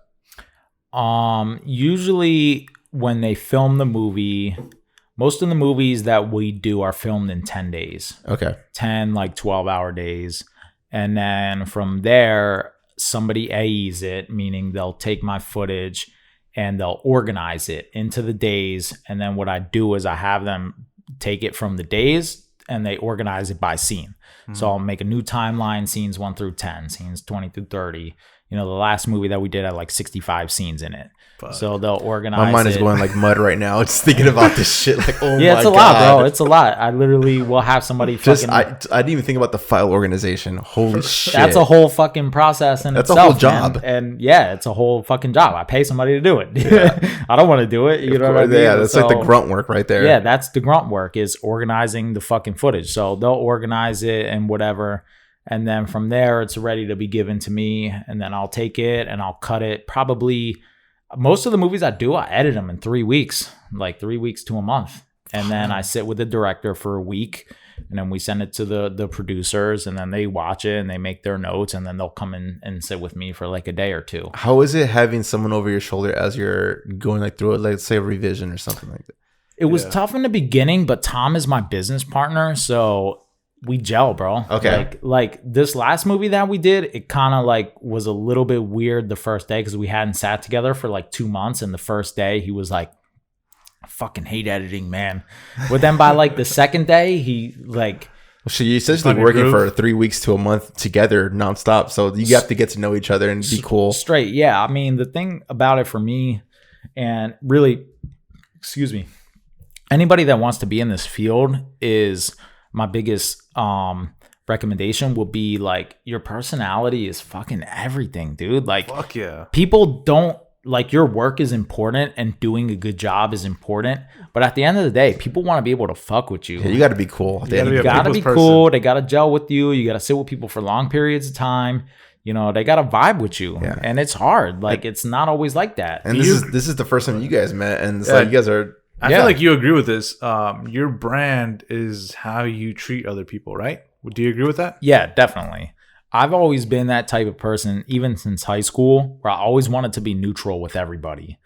And I've never really been a type of person that was like super Too cool for school. Yeah, I've always been like, yo, I just want to be cool with everybody. I hate when people have a problem with me. Like, fucks with my psyche, man. Like, I'm always like, man, if somebody has an issue with me, bro, like, I feel it. I'm like an empath in a way where I like. You want to like, fix it. I want to fix it, bro. I don't want anybody to not like me. You know, I want everybody to fucking like me. So, I don't know. Well, you do a good job because, like, when we first met, like, you were so fucking cool, man. Like, you're like, yo, bro, you good, bro? Like, want some water? You're like, yeah, I'm straight, I always bro, go above and beyond to make sure. I don't know what it is about my brain that, like, I always go above and beyond in any situation to, like, make sure everybody's comfortable. You know what? Like, me and you for the first time is you're very personable. That's Thank one you. thing, which is really good. And yeah, man, you just like you. I don't know if it's an East Coast thing or what. Like, my girl's from the East Coast. I don't know. But no, you're really like personable, and you care about like you like. It's not. I'm not trying to say like you adjust to every person, but you try to make them feel comfortable because you treat other people. Fuck it, you treat other people how you want to be treated. Right. That's the whole That's world. definitely should be. facts. The older I get, the more I realize that having stances on things is extremely important. Because I remember when I was in college, I went through this like weird fucking phase where I was like, how do I like develop my personality? You know what I mean? And I was like, I was thinking about that shit like consciously, like. And I was like, do you guys talk about that? Yeah, no, like I know what you're saying. yeah. It's a weird thing to like go through where you're like, I want to have like a cooler personality. You know what I mean? And I was like, I came to the realization, I forget. I was like, I really went to YouTube University for all sorts of shit. Especially But I was the this same sort way of before stuff. this. Like I was shy because I was like, I want to develop what you just said. Right. And then I was like, man, fuck this. I'm gonna be myself. Like people thought I was funny. People thought I was likable. This and that. Like my closer friends. The more you come into your own and the more you have stances on things, some people will not like you, and that's like a harsh truth. But the people that fuck with you are gonna fuck with you heavy. Hell yeah. You know what I mean? And I always take Bars that of to the heart. week. Like, hell yeah. yeah. So I don't know, man. That's something that I've always been instilled with is that feeling that like, you know what? I don't give a shit if people don't like me. I'm on this journey for me. You know what I mean? I'm not trying to be selfish, but Facts, like no this printers. is my life at the end of the day. When I Yes, get sir. buried in my grave, my haters ain't gonna be there. Yeah. I'm gonna be there by myself. You know what I mean? And your day ones.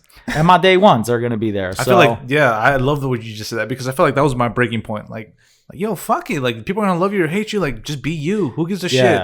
The haters ain't gonna contribute shit to your life, but the people that love you are gonna contribute. And to I love the meme that you sent me the other day. It was Lewis House that says something. It was I like, love Lewis House, man. it was I wish I could read it. It was pretty much saying like the people that hate on you are never going to be the people that are doing better than you. They're always going to be the people that wish they could be in your position or if not better. Yeah. Like literally the haters are literally below you. Yeah. Like literally. When we started this podcast, bro, like I got so much, like I didn't get so much hate on. That sounds bad. You were getting, I'm saying like I was getting like close people to me were like what the fuck? Like why is he potting? What the fuck did you have to share? This and that, blah, blah, blah. But like I said, the positives outweighed the negatives. So I was like, yo, what the fuck? Like I'm just gonna keep being me. And was it when you guys first listened to your first couple episodes? Did you have any cringe moments? That I listened to it once and never listened to it again. Yeah. That's my fucking Michael's like, hey, what's up? He just cut my fucking mouth and shit. All right, here's something I noticed about you, bro. Yeah. You were mad laid back in the first episode, like kind of like monotone in a way. Yeah.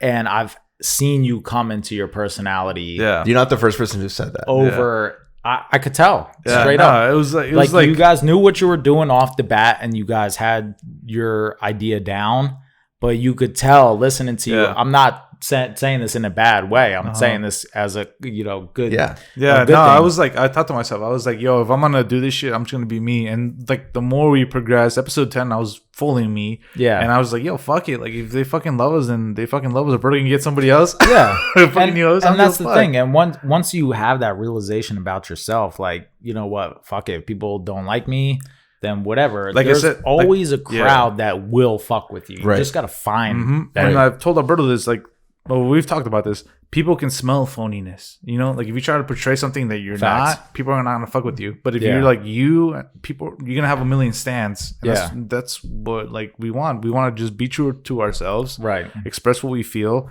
and what we're trying to, our message, and thankfully it's worked for us. Yeah, so basically, people are gonna fuck with you, and certain people aren't, but it's whatever. You can't control that, bro. It's like, why stress over it? That's the way I think about things. Yeah, that's by my whole theory with what I've been posting on social media this year is that, sure, some people are probably gonna unfollow me and whatever and think they're hearing too much of my voice. But the people that do fuck with me, they're going to want to hire me. Yeah. You know what I mean? And they're going to see yes, sir, what I post and what I talk about and the way I think about things. And they're going to want to be a part of what I do. And that's my whole take on it. Facts, dude. No, I totally agree, man. Like, I've been on this way for a couple years now where, like, I for a minute, I used to care what people think of me. Like, oh, fuck, I feel weird taking this drone out or, like, doing some fucking photos. Like, now it's just like, bro, like, I'm literally getting paid doing this shit. Like, I could give 2 fucks about what you think about me. Yeah.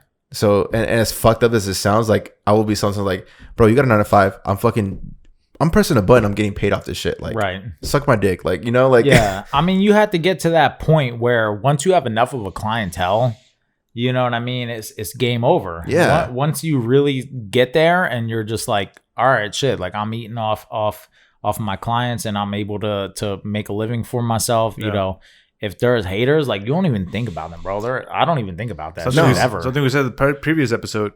Confidence breeds success. Success breeds confidence. So it's like Facts. a give and take, Yeah, that's definitely what it is. That's what I've been on lately. I've been on in this high for like the last month or two of just feeling like, okay, I know my path. I know where I'm going. I'm loving it, man. Don't stop it. Like, I'm sure you're even if they're not even engaging to your posts or your content, like, there's someone out there that's like really looking forward to they're looking forward to this fucking piece of content again. Like, right. Yo, when's that next George post gonna be? Like, I need this shit right now because I'm going through something right now. Yeah, I want to definitely do more stuff showing my editing process is what I'm trying to do. But the motivational stuff just kind of comes naturally to me.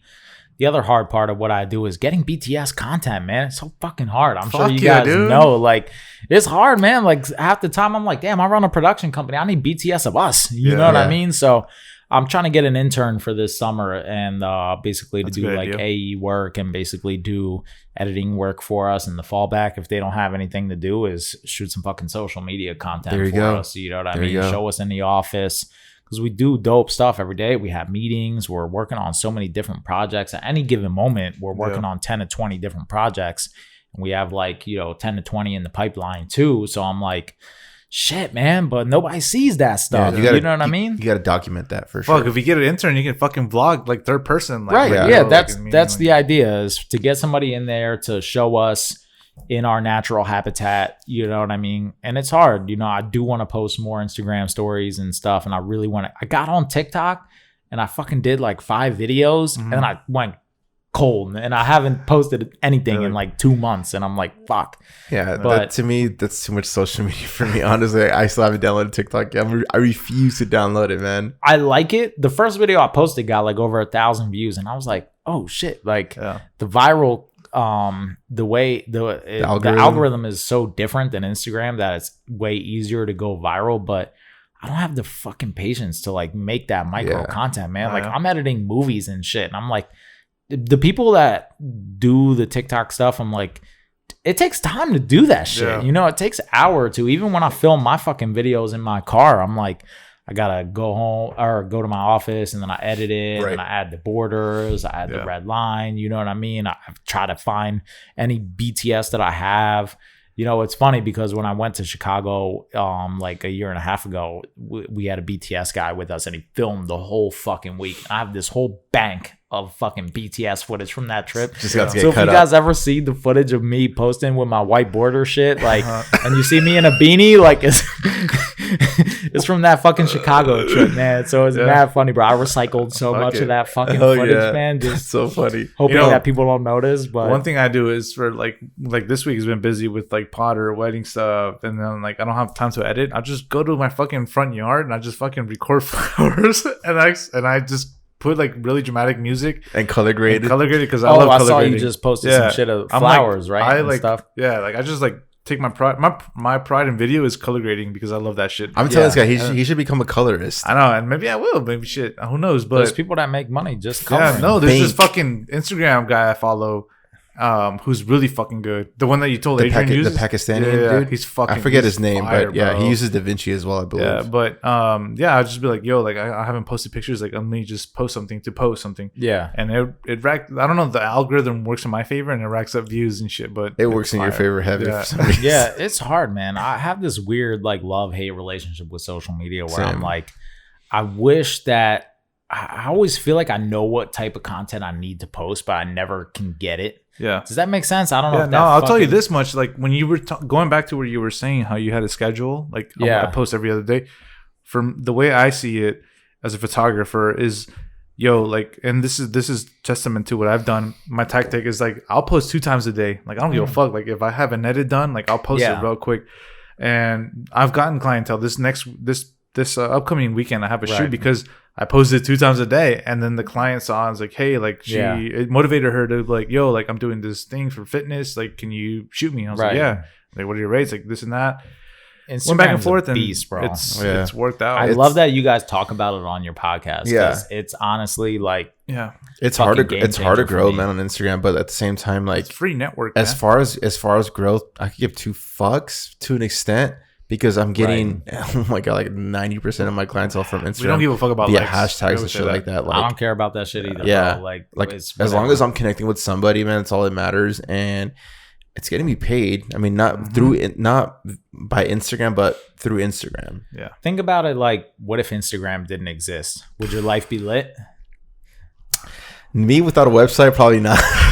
motherfucker. What is that? What is that? 38, bro. weeks. If Alberto- Instagram disappeared tomorrow, I would be good. I would be good too, I think. You know, Yeah, because to an it's extent. the power of networking that really trumps everything. Yeah, yeah. You know, it's making phone calls, it's connecting with people. Like Word the of majority mouth. of work, my business partner Mitch doesn't have an Instagram. Matt, I used to run his Instagram and I stopped.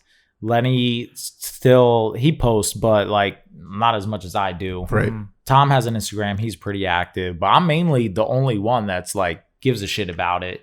You know, I Ezra, the guy I talked about earlier, his company runs my ads for Facebook and stuff. And I'm the one that communicates with them about. So let's get into that right now. Let's pivot to that. Yeah. So Facebook ads, we were talking prior, Great. going on air. I've been wanting to dabble into Facebook because the older crowd is there. So I know Right. older crowd wants photos that aren't exposed to Instagram. So how has Facebook ads worked on your favor It's and a fucking got beast, you bro. different type of clients? Is that different from Instagram? Is it the same? What's My that about? experience is this. I've tried a few different things. So we made a really dope music video reel that shows not just images of our music videos themselves, but us shooting the music videos.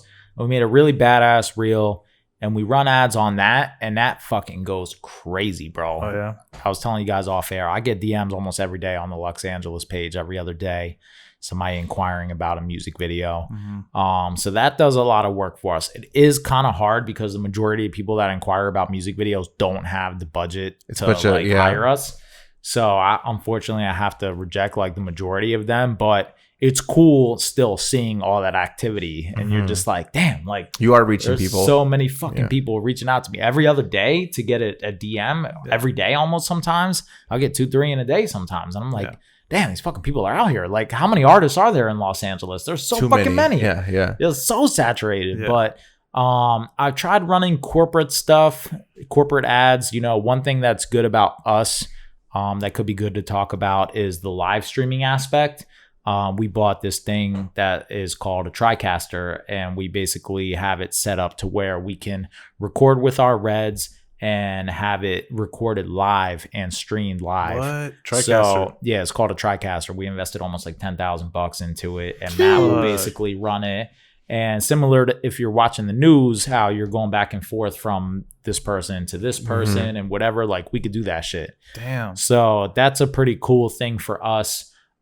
We've been working with this company, Talk Shop Live, that has a really dope website where celebrities can go on, and if they release a book, like Matthew McConaughey is one of their celebrities, Alicia Keys, Garth Brooks, like they have so many fucking celebrities that go on there and they sell whatever product. So we're working with them to try and do more of that sort of stuff as well, in addition to our feature film shit. Right. So I forget where I was going with this, but yeah. Oh, the ads. So basically, yeah, our ads for that sort of shit like doesn't do well. No, I don't know where the corporate market is in regards to like Instagram and Facebook. I haven't found how to like make that spark yet. Mm-hmm. I know it's a big trial and error thing when it comes to LinkedIn social is ads. popping. LinkedIn is very popular, especially when it comes to like organic reach. Right. So I don't use LinkedIn at all. I probably should make a company profile and Highly like, start recommend going it. hard Highly with recommend it. But yeah, our Instagram ads, I've tried doing it. But yeah, I mean, to anybody that's listening, I'd say even if you can spend $5-10 a day, you know, a few $100 a month, bro, it could change your business, man. Like I had somebody want me to consult them and shit, and I talked to them on the phone, and I was like, they were trying to figure out how to do video full time. I was like, bro, like if you spend make a dope music video reel or whatever, shoot like 5 music videos. Yeah, I know you guys have talked in the past about doing free work to get that experience and to get your reel going. Once you do like a few things, you know, put a reel together, show the BTS because people love behind the scenes. People salivate over BTS. It's fucking insane, like, bro. You with a gimbal gives people boners. I'm sorry for going there. That's fucking weird. But but like people think gimbals are like fucking magic. You know what I mean? You're so right about that. I was telling Rafi about this actually a couple days ago. I was like, dude, like I don't even watch the end product. I'd rather watch the BTS, and the end product could be fucking shit. Right. But the BTS I just love because I always learn something. I always pick up some kind of like tips or trick that I'm like, oh, I never thought about putting the lighting like this or making it bounce from the curtain or some, you know, like always pick up something different new. Yeah. So my advice is if you can put some sort of a reel together like that, like showing you working mixed in with your work and run some ads on it, bro, like your life can fucking change, bro. You can quit your job in 2 to 3 months. Easy. Heard that, hands gang? Down. You heard that? Shit. I did it. Hands down. Yes. Like not even I'm the most far person for being a technical person at all. You know what I mean? And I made it fucking happen. Yeah, I had a partner with me, but even to this day, I'm confident that, you know, you would have made it with that. I was a cam op. Yeah. I've done that stuff. I've used the Sony A7 III on the gimbal and like figured out how to shoot shit in a cool way. You know what I mean? You just got to have the hustle, man. That's what a lot of people lack. And they lack the clarity of like just having a vision. Yeah. You know what I mean? And that's really what it is at the end of the day. Do you think having that hustle spirit is taught? Can it be taught? Or is it something you're born with? I don't know, man. I don't know. That's a tough one. I don't know. Pete, what do you think? I think it's something you have to dig up. You know, everyone has that hard. So you think everyone has it already? I think everyone has it. Whatever, you know, path of life you've come, it's up to the person to dig it up. You know, I think it can be taught, but it's got to come from within. Yeah, because you can tell someone how to be a millionaire from point A to point B, and it's at the end of the day, it's up to them to do it. Right. Another cool thing to talk about on this podcast is random fact, but I've known 3 people that have moved to the East or moved to LA and moved back home within a year. Damn. Minimum 4 people actually. Now that I'm thinking about it, and it's like people have this idea that shit's gonna pop off in a year. It's not gonna pop off in a fucking year, bro. You were doing Uber for the first year or two. I did Uber, bro. I did fucking everything out here to make shit happen, and it didn't happen for me until year like 4.5. You know, like I was on almost my 5th year of being in LA, and shit finally fucking cracked. Yeah, and I'm so happy that it did because, you know, I didn't talk to my dad for the first year of living in LA. My parents were that pissed that I moved out here, bro. Really? Like straight up, like they were like, you were shunned. They were like, bro, I'm Greek Orthodox, man. My whole family's on the East Coast, New Jersey and Pennsylvania, and they were just like, you know, we didn't raise you to move to the West Coast and be so far away from your family. And I go home once or twice a year. And that shit was like heavy for me. You know what I mean? And I was like, fuck, bro. Like I felt really bad. But now I have such a great relationship with my dad and my mom, and I feel good about it. Shit, you just say you're calling them back? And yeah, now I talk to them way more frequently. You know what I mean? Awesome, and man. I feel good about it. And I feel like, okay, so now they understand it. Now they're like, oh shit, we didn't understand what you were doing. Because when I was 25 trying to be a rapper, they're just like, what the fuck? Like, You just trying to be a rapper? That's Yeah. never gonna happen. You know what I mean? But since I pivoted, the other thing I made sure I wanted to say on this podcast is that the previous girl that I was talking to before my current girlfriend was like, she didn't understand me, and she was like, why are you doing so many things? Like, because before I got into the film stuff, I was an audio engineer. I was like doing graphic design. I was building websites. I was booking shows. I was doing fucking like 10 different things. You know what I mean? And I was like, look, my philosophy is like this. Life is like a dartboard. And if you just take all these different things, if you keep throwing darts at the fucking dartboard, eventually you're going to hit fucking bullseye. Yeah. And that was like my mentality like a few years ago. And I was just like, something's going to fucking hit. I don't know what it is. I have no idea. But I feel like if I just try enough different things, you know what I mean? Like I've literally done 10 to 20 different things like in the 5 years that I've been living out here. You know what I mean? And so for something to finally hit, something I didn't really anticipate, but something that now I look back on, I'm happy and I feel good about it. And I'm like happy doing what I do. I'm just like, damn, like I'm so fucking happy that like something finally fucking hit. The one consistency is that it's all been in the creative space. It's all been in the creative space, 100%. Music and film go hand in hand. Even to this day, I think one of my strong advantages compared to somebody that may not have a music background is that when I'm editing these films, people need to realize I'm adding in all the sound effects.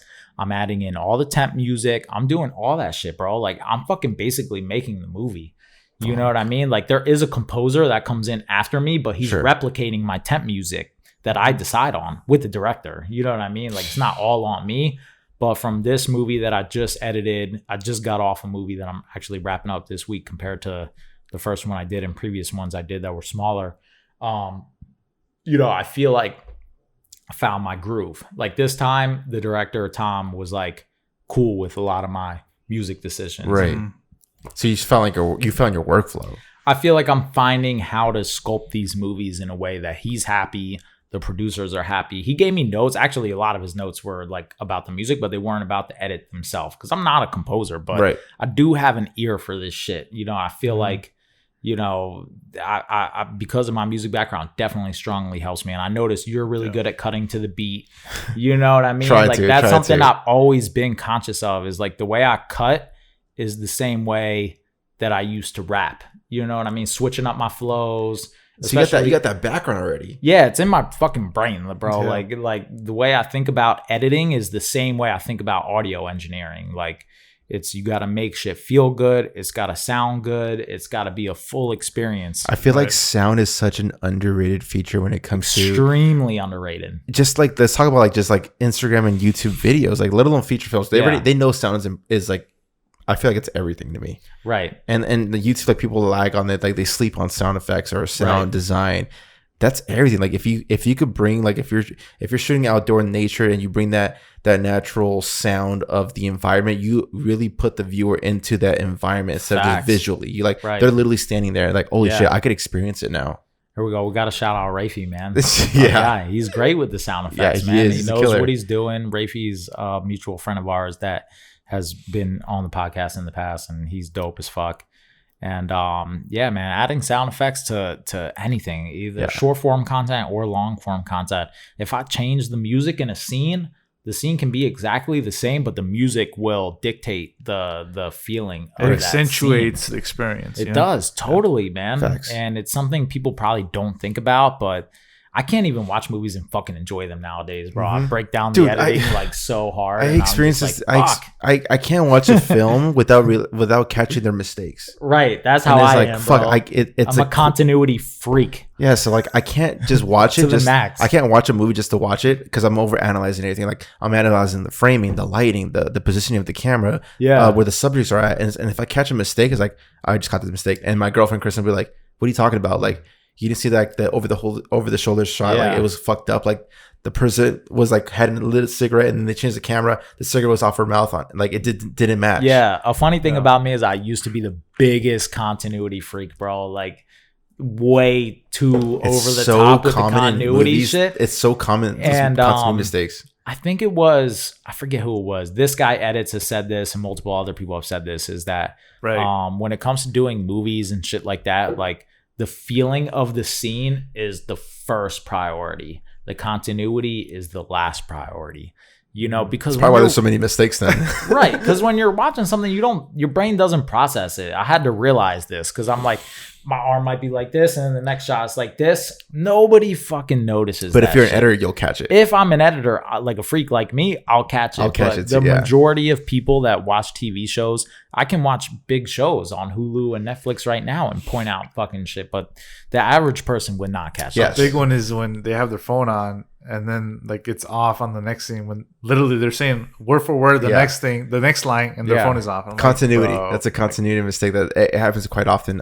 Do you feel like you're figuring out your style of editing? Yes. And I don't know. That's a tough one because the thing for me is, okay, I've gotten pretty good at editing dialogue, and the difference for me is my music background. So I feel like I thrive in the way I connect scenes and the way I handle my pacing and stuff like that. So yeah. But I'm still like a brand new editor, bro. Like I feel like I haven't found it yet.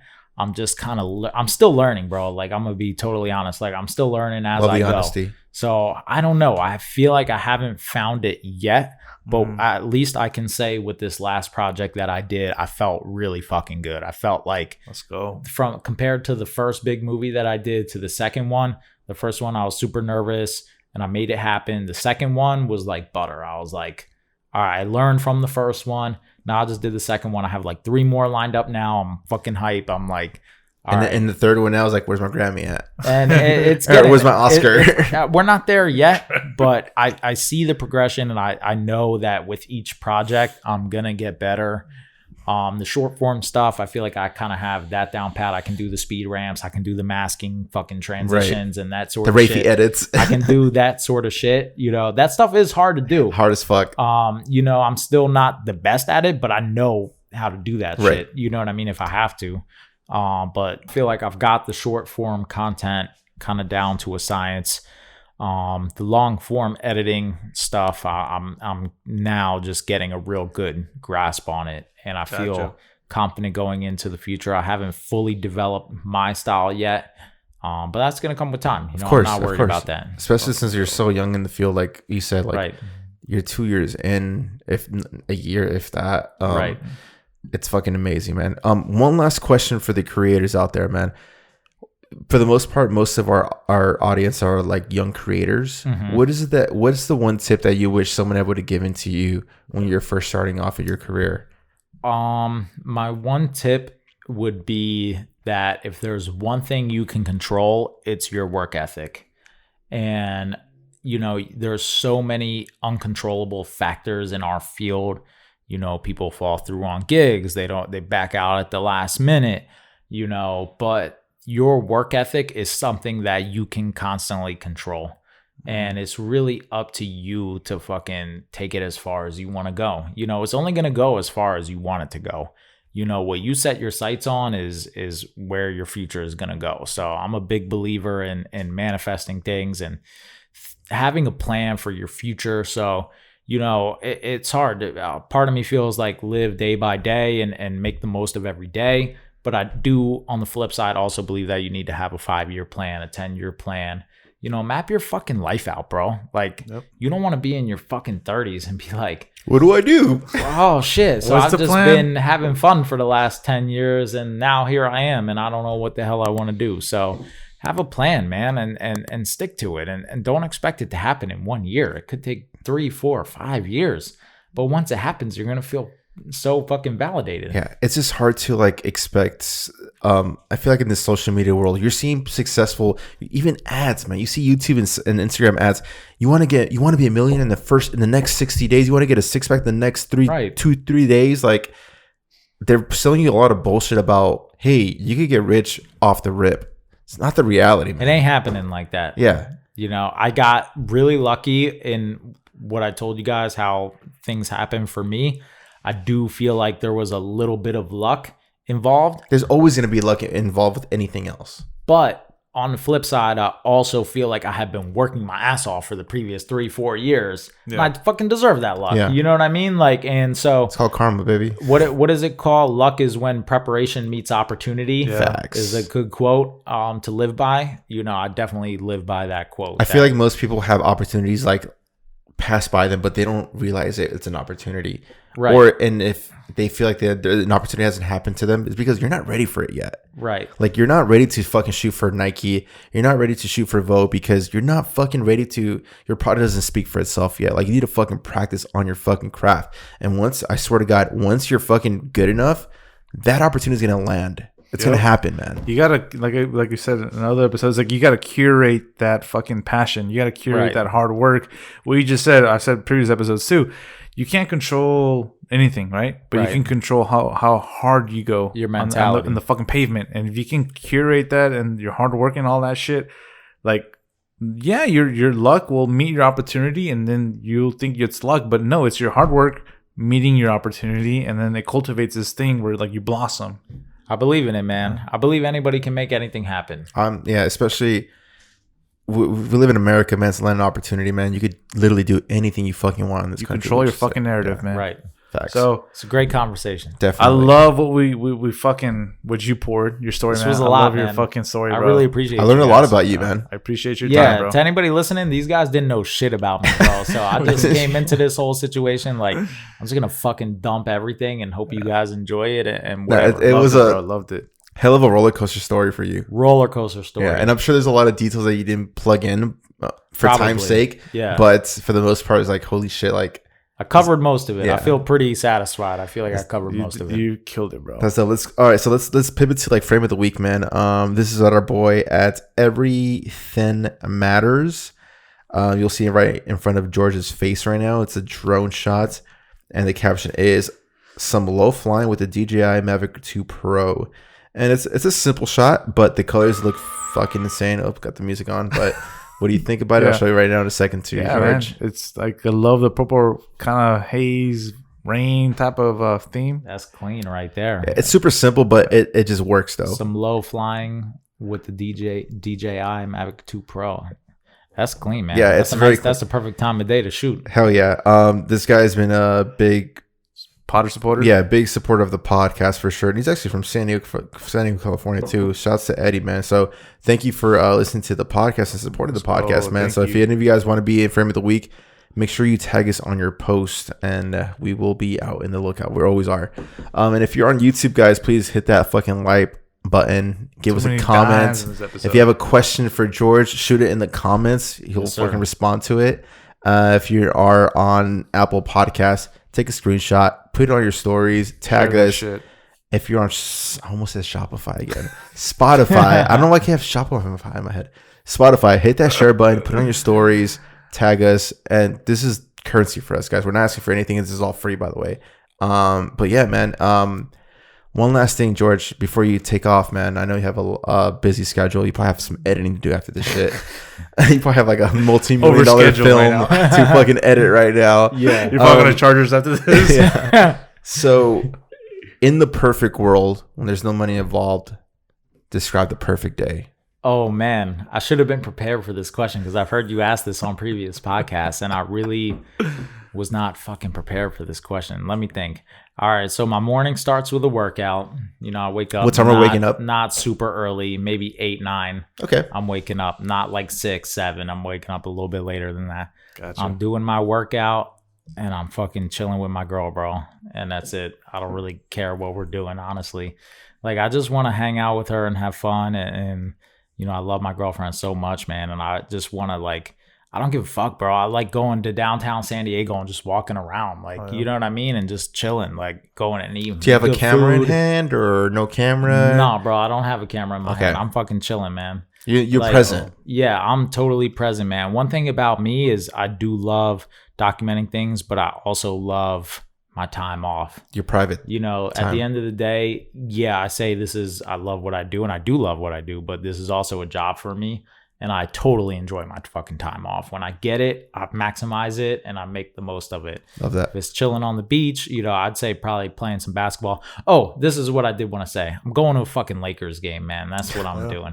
Whenever we're allowed to go inside the stadium, if the Lakers are playing the Sixers, I'm at that bitch. That's my ideal day, dude. I want to see a Lakers and a Sixers game. I want to be sitting courtside during the day. I'm chilling Damn, at on the night. floor? I'm going to the Lakers game. That's my ideal. In a perfect Trying to world, get some splinters. if I could do anything, I'm waking up, I'm chilling, I'm getting my workout, I'm hanging out, and then I'm going to a Lakers and a Sixers game. Let's go, man. Hell Hella yeah. specific, but Well, George, we appreciate your fucking time, man. Shameless plugs, baby. Yeah. Where can people find you? my personal Instagram is the real George L. Our business is Luxs Angeles Studios. You can follow us there on Instagram. Anyone listening that wants a film produced by you guys, Yeah. go ahead. Reach out to Luxs Film Studios. Yeah, looking to do a lot more movies in the future. Looking to do really anything, man. I'm really looking to do higher end music videos is something I want to get into. I really want to get into more documentary style stuff. Okay. Telling dope stories. I'm really into like sports documentaries and shit like that. That's another aspect of our business that I want to get into. If any businesses need like live stream type shit, we can handle that for you too.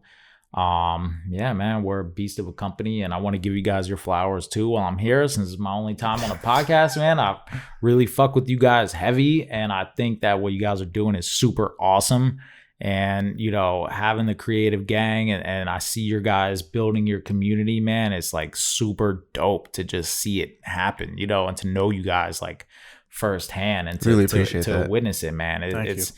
You know what I mean? It's you guys are building something cool and creating a community for people that may not know what it takes to be a full-time videographer or photographer. And you guys are showing people the ins and the outs of what it's like in real life, you know, because it's not all glitz and glamour, dude. Like, Fuck no. shit's fucking crazy, like Yeah. a lot of the time. And A lot of shit's bullshit. going left. A lot of and bullshit you got to deal with. Yeah. It's a lot of bullshit, bro. But if you want it, it can be an extremely fun life, you know, and that's what I think. And you guys are great examples of it and showing people, you know, the ropes. And so I appreciate you guys for giving me this platform to tell my story. Of course, man. Definitely. Thank you, And George. guys, you will find George's Instagram handle in the description on YouTube and in whatever audio platform you're listening to. Pete, where can people find you, bro? People can find me at petercollinframes.com. Peter Collin Frames on Instagram. Where can they find you? And people can find me on Instagram at _Mendoza, YouTube, Alberto Mendoza. Do you guys have a YouTube channel on your, do you guys No need YouTube one? channel. You guys need to like Yeah. watch, not saying copy, but like watch the Buff Nerds and kind of I like, love the Buff Nerds. Yes. Oh, that's one I didn't mention earlier. Jacob Owens. Jacob man. Owens. I love Jacob Owens. he's a fucking beast. I actually bought 2 of his, The Prism lenses. yes, not the Prism lenses, but I bought a filter that hasn't come out yet. And I bought another. He's somebody I strive Filter. to be like for sure. This man. guy He's is a beast. yes, from Arizona, and he's killing it here in LA. And fuck, man, what's all those foreigners killing it, man? What about us? No, but yeah, he's a definitely. Got to create the Oceanside world. Yeah, hell yeah. Fuck. Never mind. I was gonna He's not talking shit right now. guys, I hope you guys enjoyed episode number 38 with George. We'll catch you on episode number 39. Thank you. Share our shit, like our shit, comment. Send it to another creator that hasn't heard about our shit. Yeah. And I hope you guys are enjoying this free 99. We'll catch you on episode number 39. Peace. Peace.